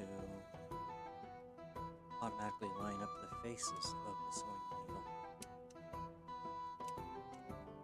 So you don't have to worry about which way it faces. They usually have a one-way slot. This one does not, but for less than $10, less than $15, yeah, I'm not expecting it to have tons of tooling. I'm just expecting it to be convenient for doing those quick repairs. Now, where I have used this before is for doing quick cosplay repairs on the go. So this will actually be hidden away somewhere in my costumes. And what I would do is I would actually run it whenever I see a small rip or if somebody needs it. I usually have several bobbins prepared of different colors, generic colors, so red, white, blue, yellow, black, green, brown, as neutral as possible. Maybe I might throw in an orange if it's going to have like a heavy Halloween theme, or some other secondary colors, maybe purple. I see a lot of that there too. And it's not going to be a perfect match, but it'll at least get it held together. At least until they can take care of their stitch properly at their home or back in their room. But at least they're going to be able to continue enjoying the convention, or wherever the event is, without it exposing themselves too much or causing too many problems long term.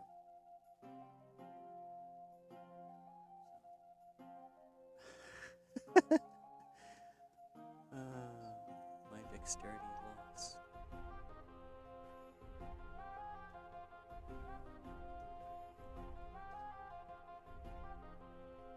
There we go.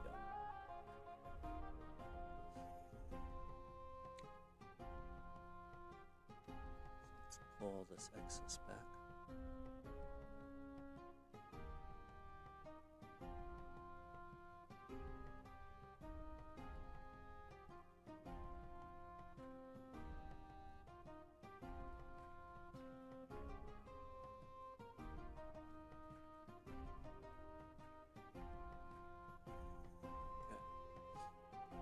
Then once it goes through the little mini arm there, goes through between the discs on the tensioner itself. And this is the quote-unquote hard part. So you don't put the needle through the front here, you have to get it through the back going forward. That's the secret to this one working. So it's a little awkward, but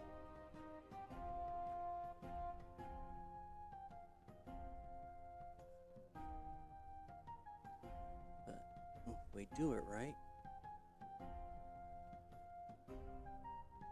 or if I kept a easy threader,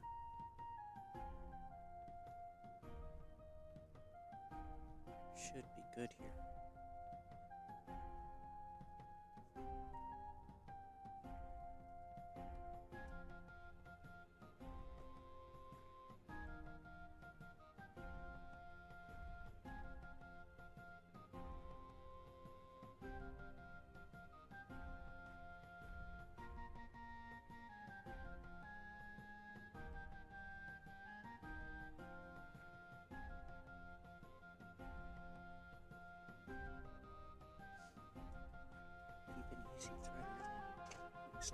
do.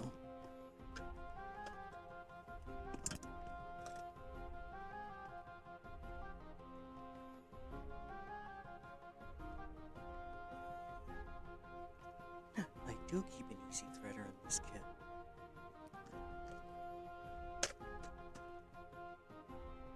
I usually keep it in the other kit, but yay, I have it in this one. Woo-hoo.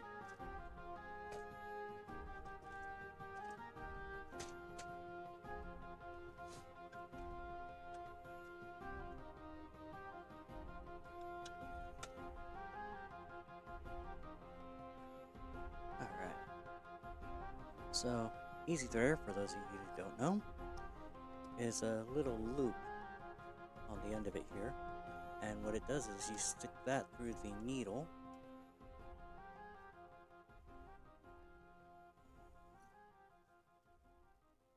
Is it still loose?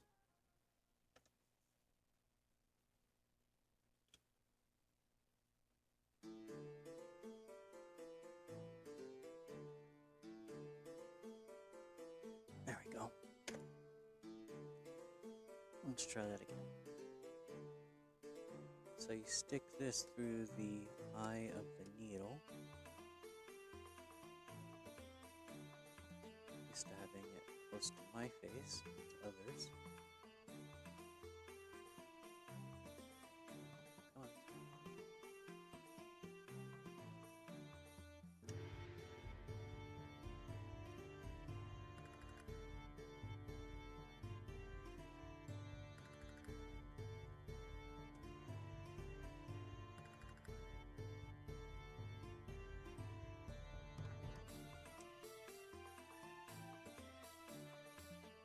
It's too low.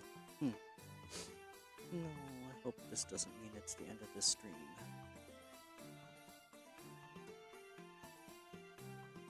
I am too stubborn to let it end on a broken manual sewing machine.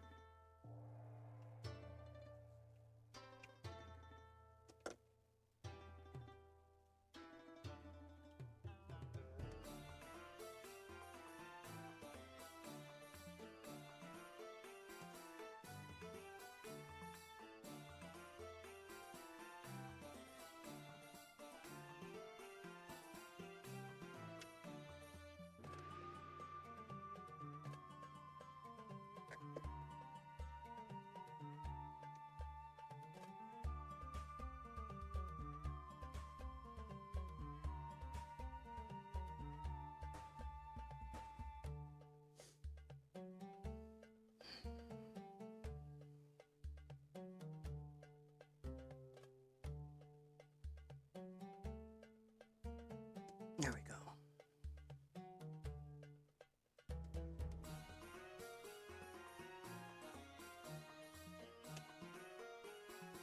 Let's try that again.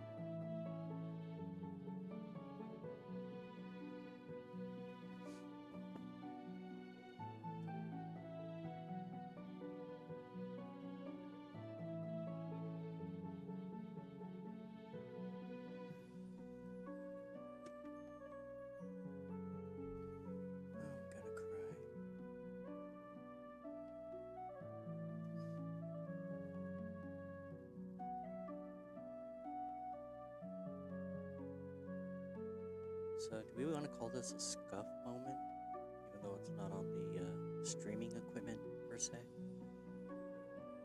What would you guys call this?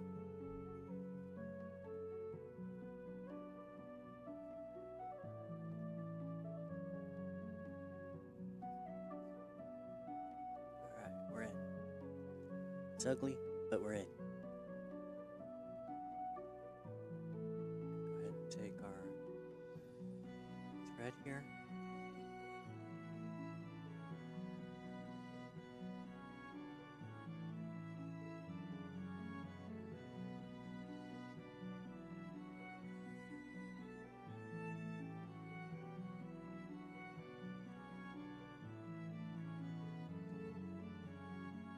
Run it a couple inches past our little eye here.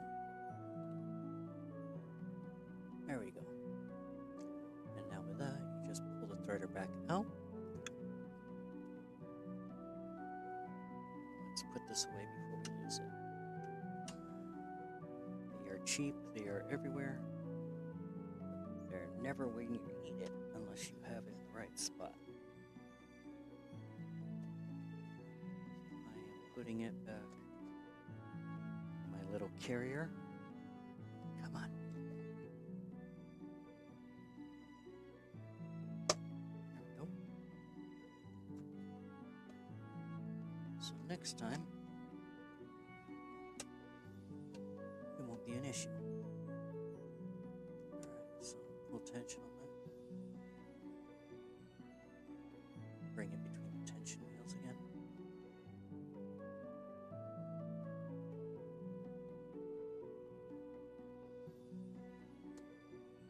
Alright. Let's see if we can get this tail sorted now. Good news is we were able to get a couple stitches in, so it's not going to be as bad.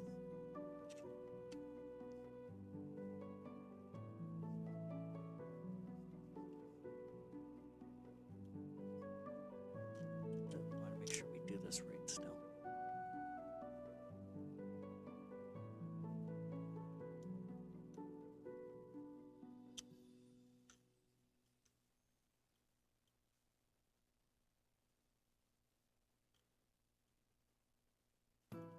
Okay. Again, we're going to be stitching along our line. Are you kidding me?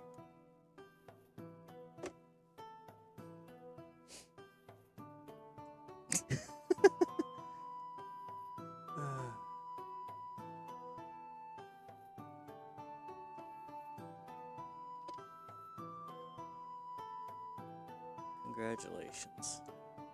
Good job, Panda.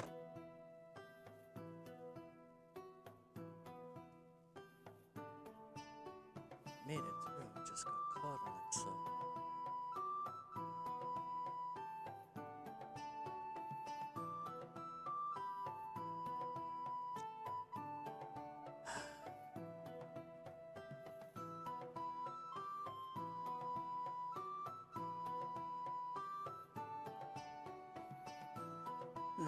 It's at least in the right spot, where I want it at least.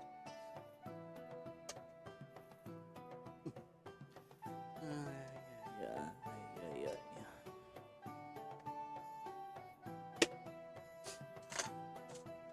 I'm gonna go with a heavier needle.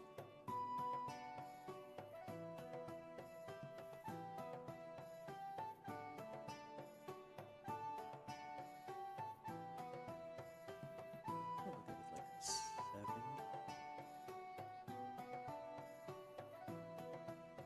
Yeah, it's gonna be too thick, but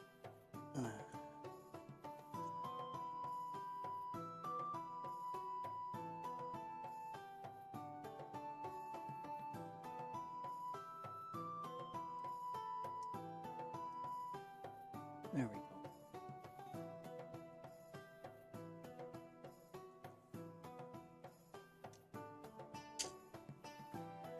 Besides, if I break this one, I have more 70s than I have of 90s at the moment.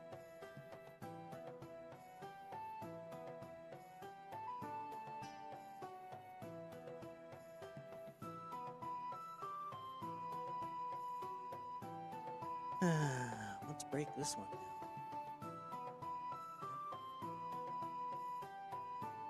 No, we're not going to break it. I'm just being a bit of a pill.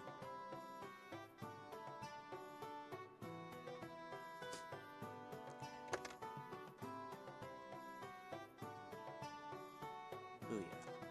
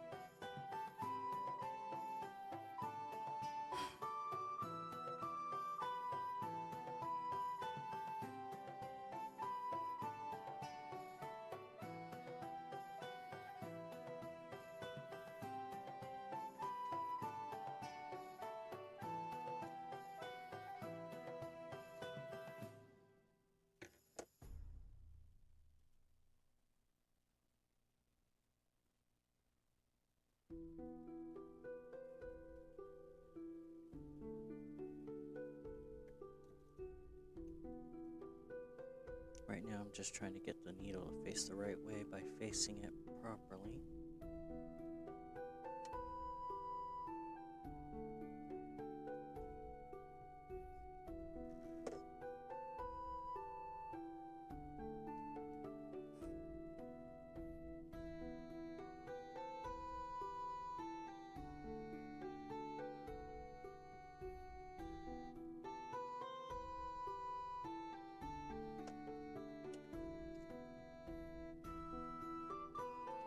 Cool.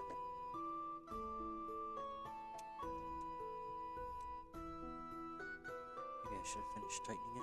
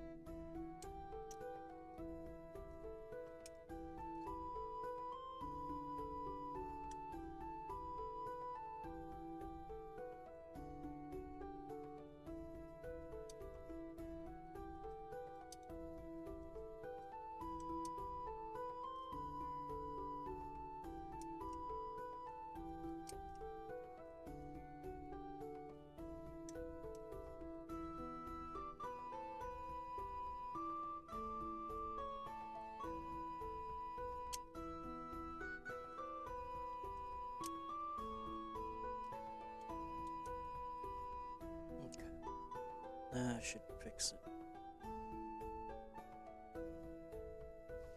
Now, let's see if we can do this without breaking it this time.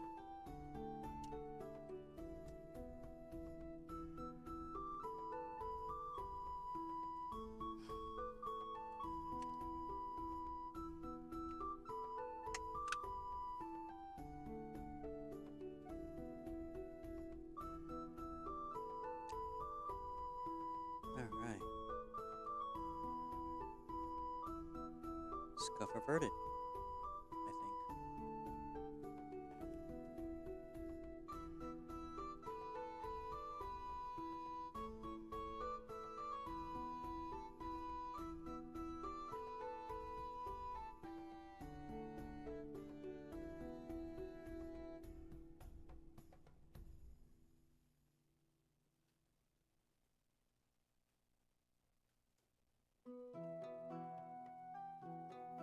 Oh yeah, put it back.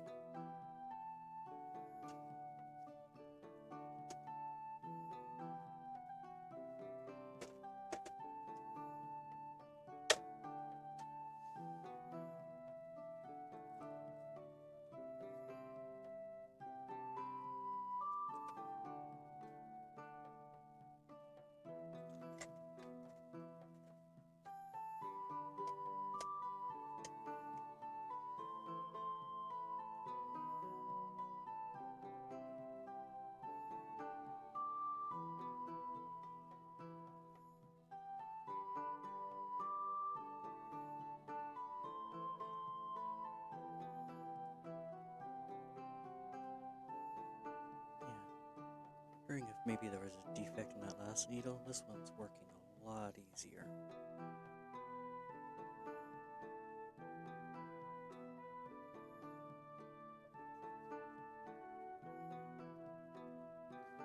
Or it could be because I'm using a bigger needle.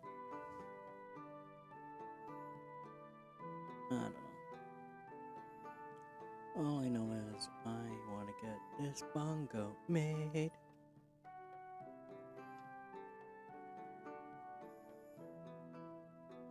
Because she's such a sweetheart, you know?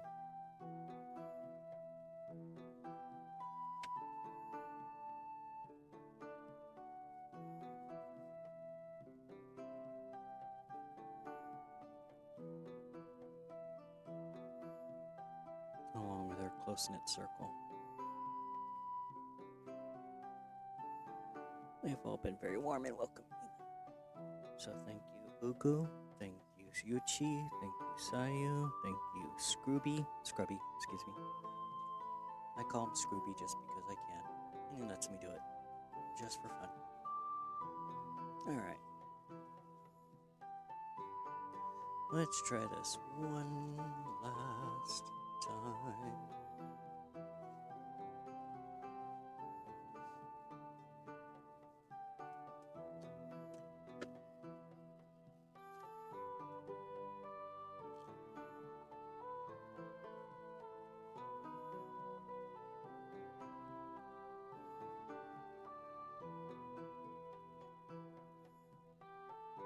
Okay. Let's get going. Oh, yeah.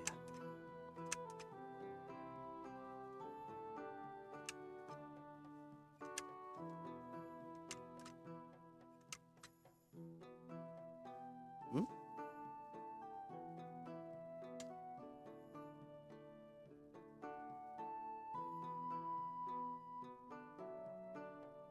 Okay. Don't know how that happened, but...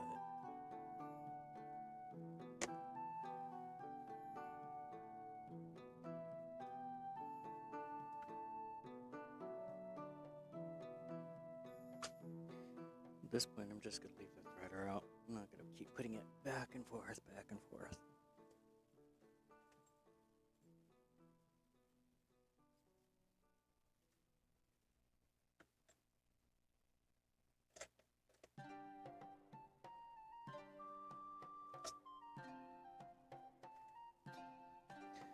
Well, I must have already thought it because I left it right out here.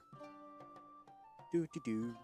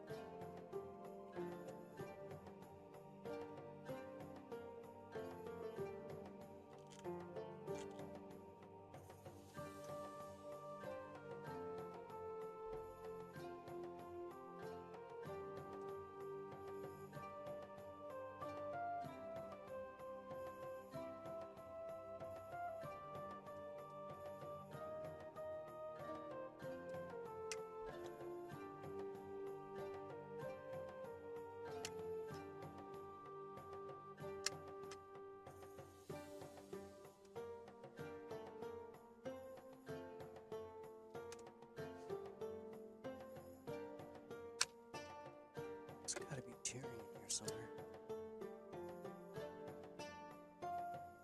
Oh, that's not supposed to go there. It's supposed to go behind that.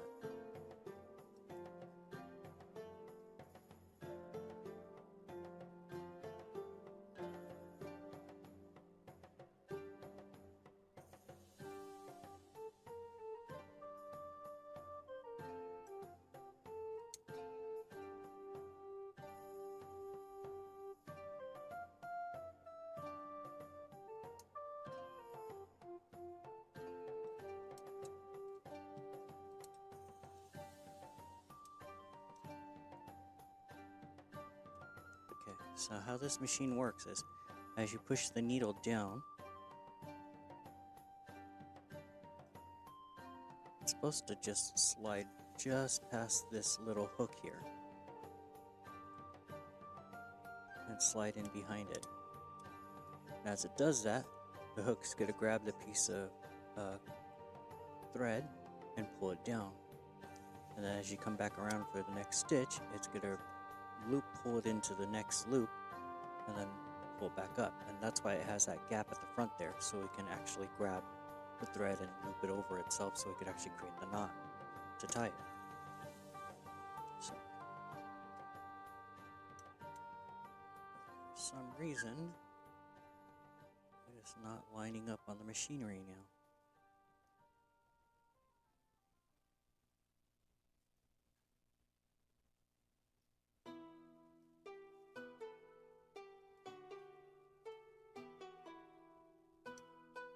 I did say I'm new to this machine.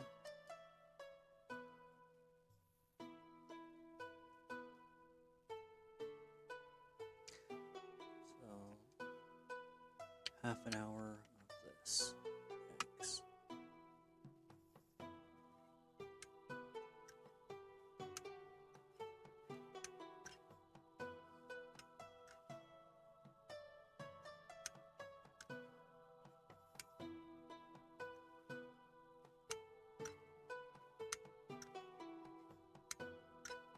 Looks like it's running it properly now.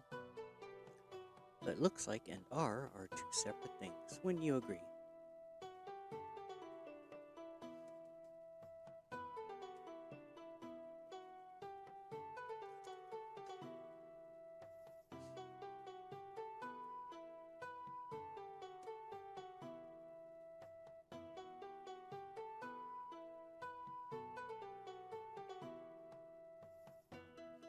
Come on, I'm almost done.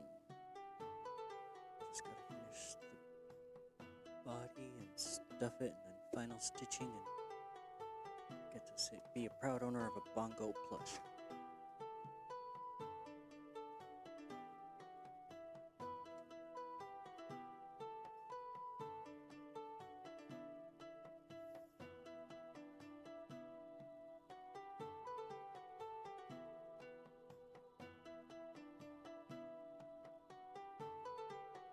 Rewind the bobbin.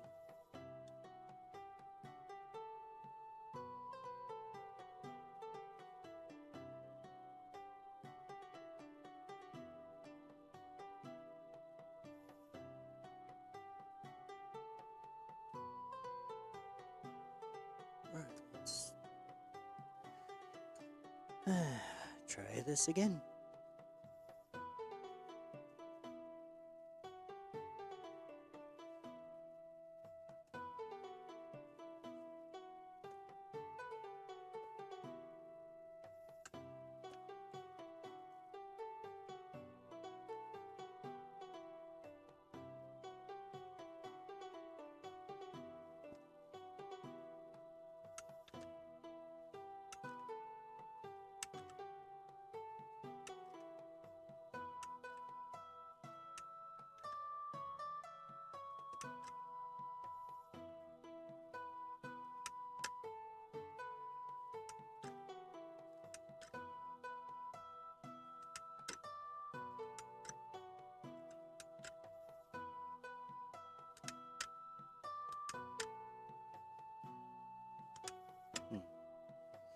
It's not tightening up the way it's supposed to.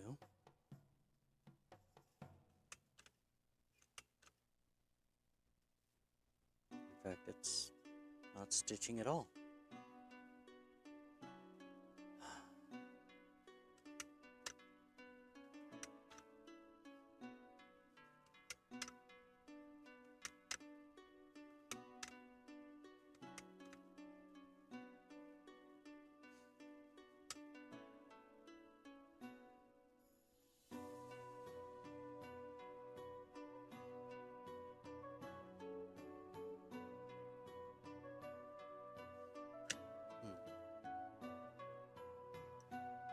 Come down, you're supposed to bypass.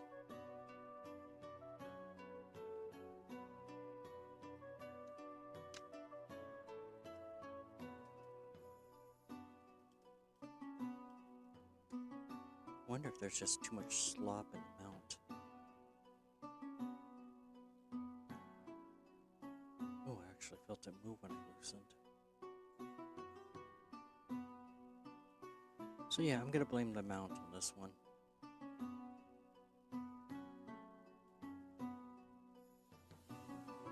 Instead of bypassing, it's aimed right at the frame. And it's now left a dent in it.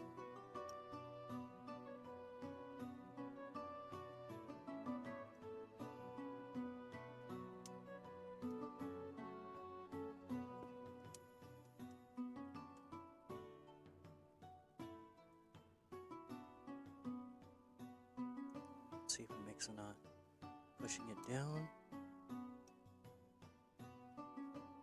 Missed the stitch.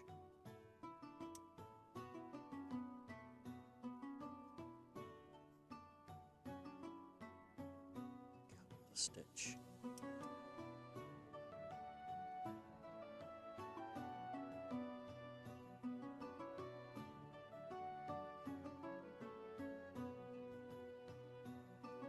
Missed a stitch. Okay, so somewhere in its timing it's gotten thrown off.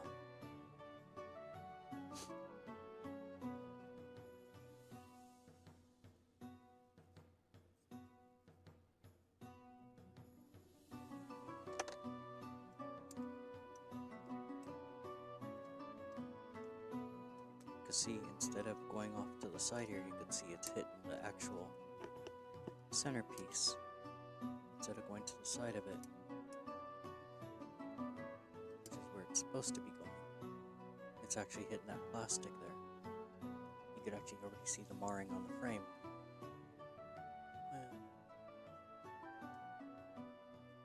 Sorta. It's out of focus for you guys, but it's there. You could see it right at the end of the plate there.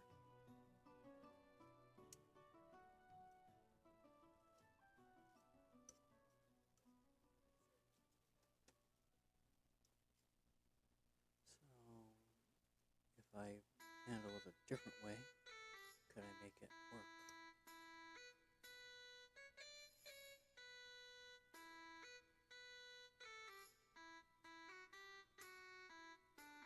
So it has to be able to get all the way down so the depressor hits the arm. The arm clicks over. And the hook should be catching.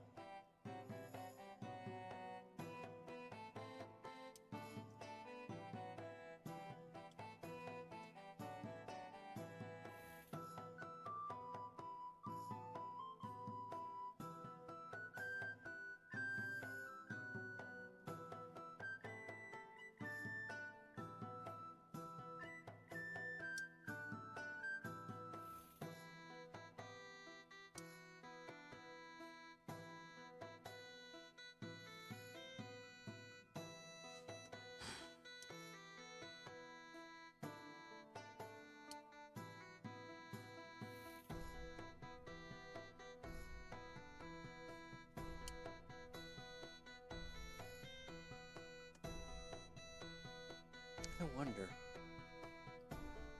if I put this in backwards.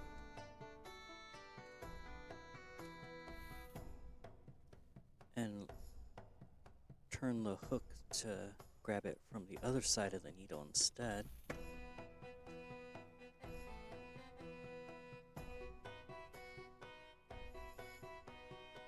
Since this doesn't really care about orientation in terms of the needle mount itself.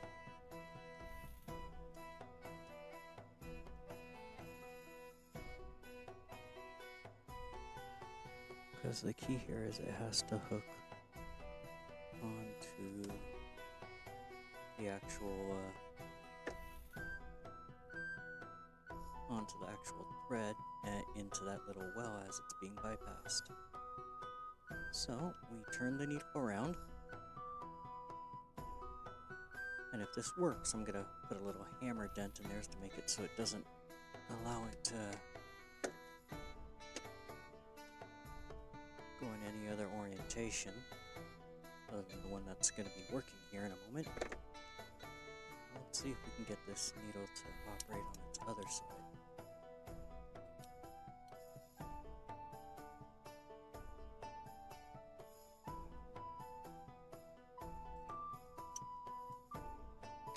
So all we really need is that catch to pull, and then once it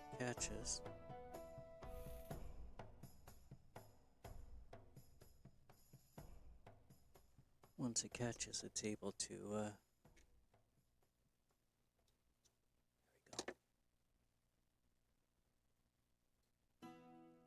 Let's see if we can get it to catch off the back side of the needle.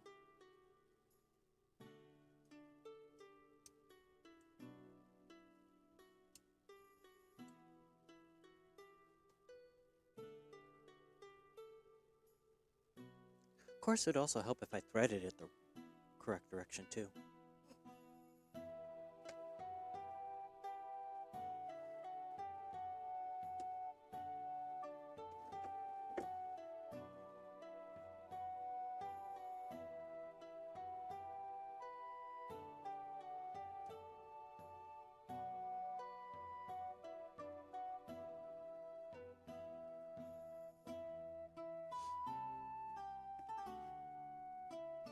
I'm sorry, guys. I'm using up 40 minutes of troubleshooting. But we're both learning this together. And I think I may have put a damper on you guys buying a manual sewing machine versus a electric, since that tends to have a much sturdier components. But like I said, this was built to be a repair kit more than anything else. But you know what? I'm gonna see if I can work it and turn it into a decent workhorse of a sewing machine.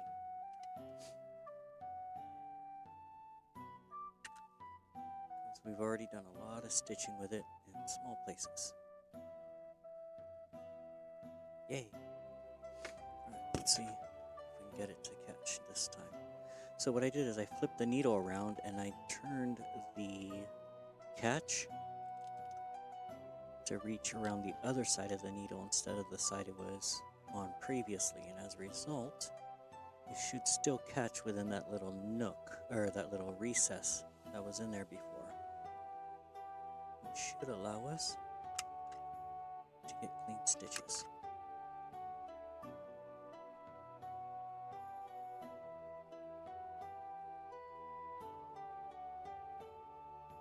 As long as that hook catches.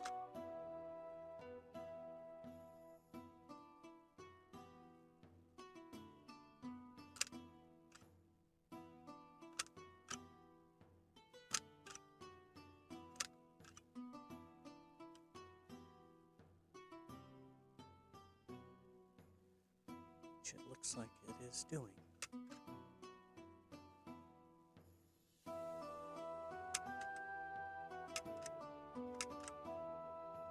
And it is not. It sliced it. Why are you slicing it? You're supposed to not slice it. You are supposed to actually make it work.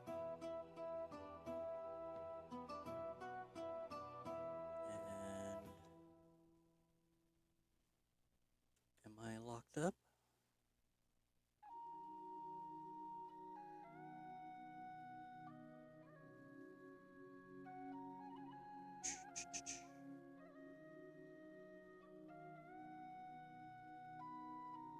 Okay, no longer locked up.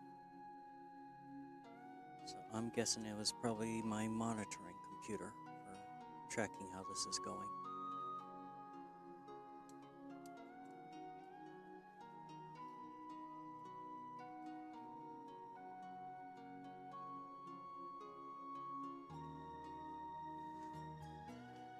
I'm out of thread anyway. I'll have to refill it, so.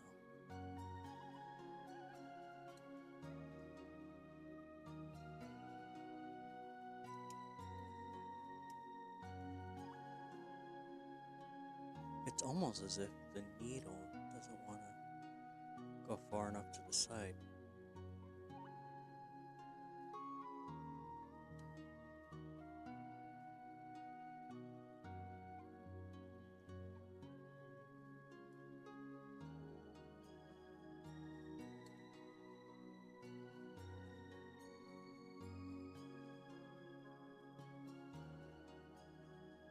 Yeah, you see how it's hitting the that nub there instead of going off to the side like that. So I'm trying to figure out why it wants to hit that instead of where it's supposed to.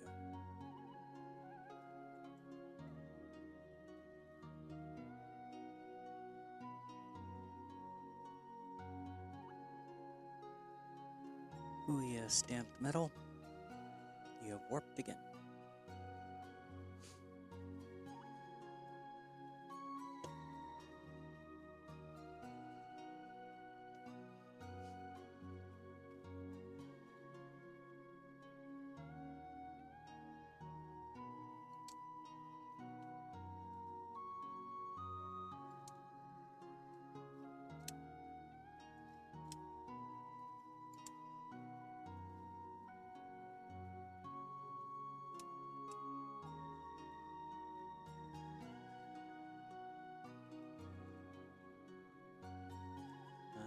that's why the needle was turned that way. Okay, so it makes sense why it keeps cutting the thread now. If you go too far, it actually closes on the eye, and the channel that's normally supposed to protect it is on the far side of it.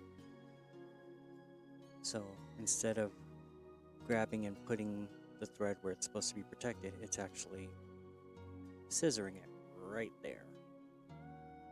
Okay. I'm gonna give myself another 10 minutes. If I can't do this, I'm gonna call this a successful fail, in that we did not complete the BonGoat, but successful in that we learned a lot about the manual sewing machine, and we actually did get all of the little components done, bit by bit. So, worst case scenario, I'm gonna have to finish this on my electric sewing machine, which I was kind of hoping to avoid just because I wanted to get this one working. But based on how things are going, I am likely not going to be able to succeed in this endeavor until I fine-tune and figure out why this is not moving the way it's supposed to.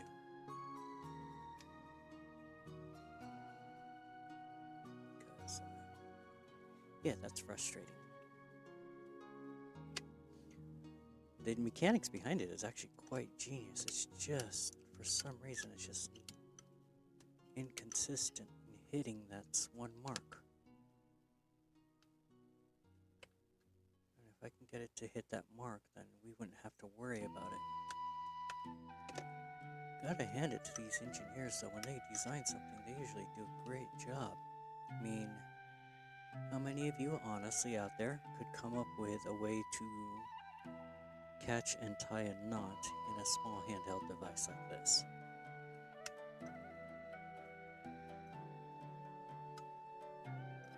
So, yeah. Okay, we're behind. So far away that we cannot catch the threading.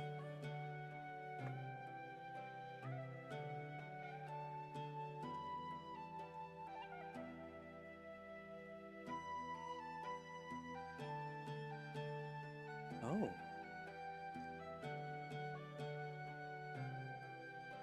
Okay. So, my guess is all this working. This is a soft molded plastic right there. And it is warped. It doesn't look like it's coming from the needle. Its warping's coming from somewhere else.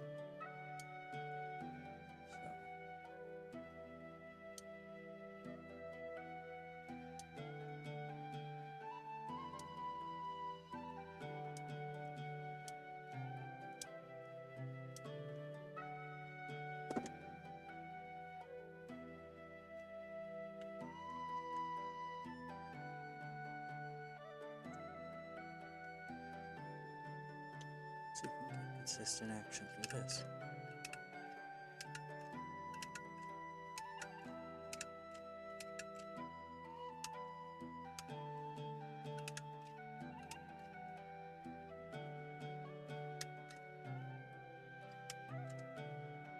Shall we give it a try? Since I put it back on the other side again, we're gonna have to flip the needle one more time.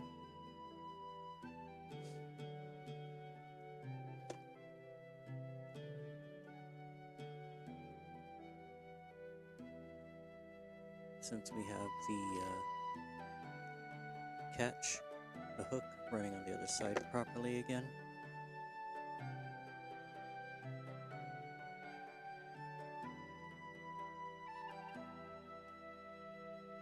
With the needle turned around, we can tuck that back down.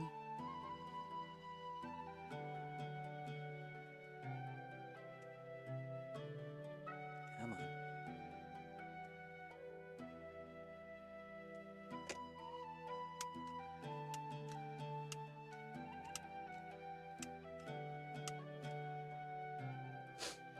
Let's check to see if it feeds properly before we start threading and rethreading over and over again.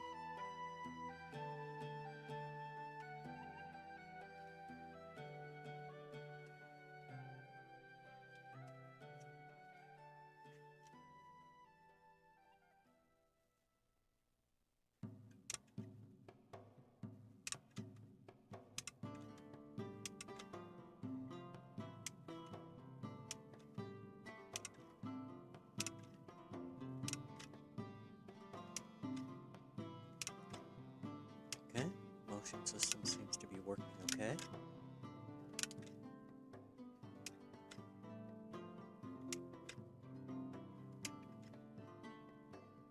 Not flawless, it's not punching in a perfectly straight line. I actually have to hold it at an angle now, so I'm wondering if maybe the motion part got bent in my tinkering with it. However, it should be good enough to run it through one more thread test.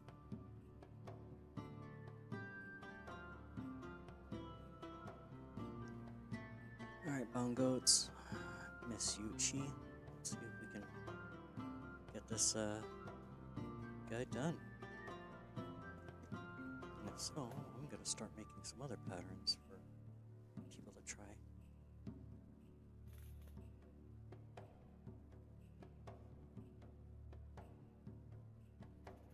Easy peasy dang plushie.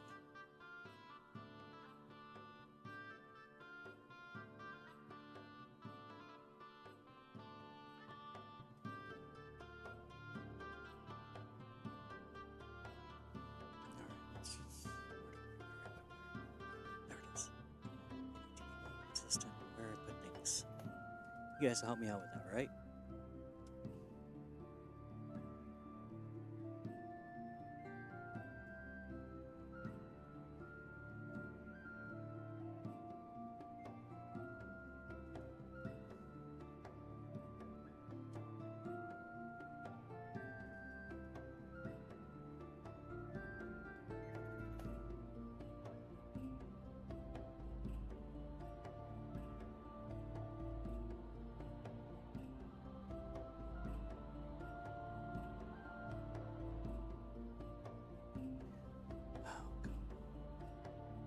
Yeah, I'm losing my dexterity skills real fast here.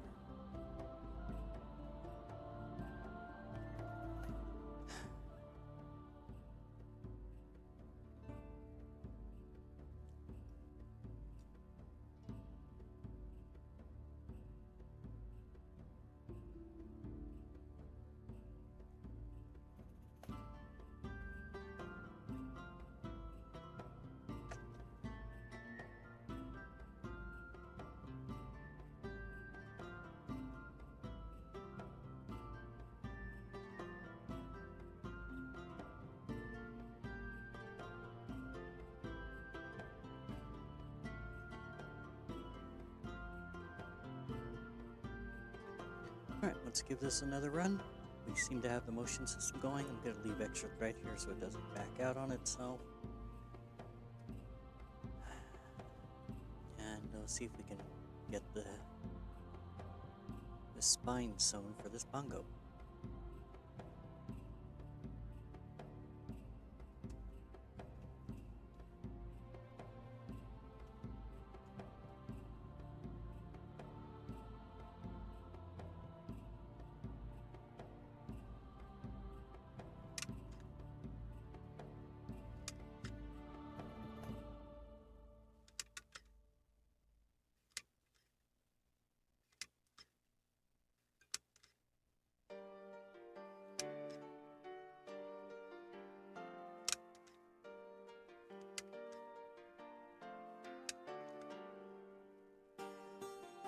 Hope if I had the proper tension. Hey, there we go.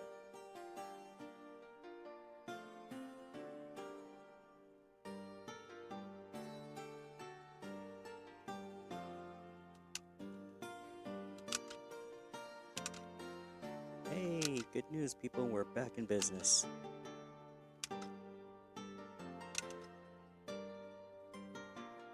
And as soon as we celebrate, we're broken. So, I said I was just going to hold it off at 10 minutes of attempted repairs, and that is my 10 minutes of attempted repairs with a successful failure of a BonGoat. So what I'm going to do is I am going to finish this off stream and instead present it in another stream when I'm doing another project. Maybe I'll buy another one of these and see how this one works when they're brand new and see where this one's having an error. I don't believe in just trashing things straight away. I like to preserve as much as I can and repair if possible. Uh, because I am actually enjoying this idea. I just think a more robust system needs to be put together, and I think now that I understand how it's supposed to work, I can figure out how to make it properly work. So we'll go from there. Ooh. If you look down the line here, guys, you could probably see the bend in the frame. So, yeah, it's not so much the machine's bad, it's just a bad user. In this case, it is a Panda with a fat hand. Yeah, ignore the camera, it just removes 10, 20 pounds off your hands. But anyway, thank you for joining me. Ooh. My fur split. Thank you for joining me. I hope you had some fun with this. What I will be doing is, as soon as I finish this BonGoat, I'll present it, and with permission from Yuchi and her people, I will make the plans available one way or another. So then that way you could buy the fabric. I'll have links and everything together. You could buy the fabric. You can print it on your own inkjet machine at home if you already have one. Cut the pieces out and start assembling. I'm sure if you use a proper sewing machine, it would actually come out even better than this. Like I said, this is an experiment to see if we can make a plush without using an electric sewing machine, which, generally speaking, we started with, and we actually did okay until we had this critical failure here. So I'm going to say, yeah, not only is it possible, it was actually a lot of fun, and assuming this didn't break down, and at the rate we were going, we would actually be almost done, if not completely done by now. So, thank you very much for attending, and I hope I get to see you some other time. Until then, you take care, have a good day, and as Yuchi's community would say, have a goat night, and sheep well. Alright, take care, bye-bye.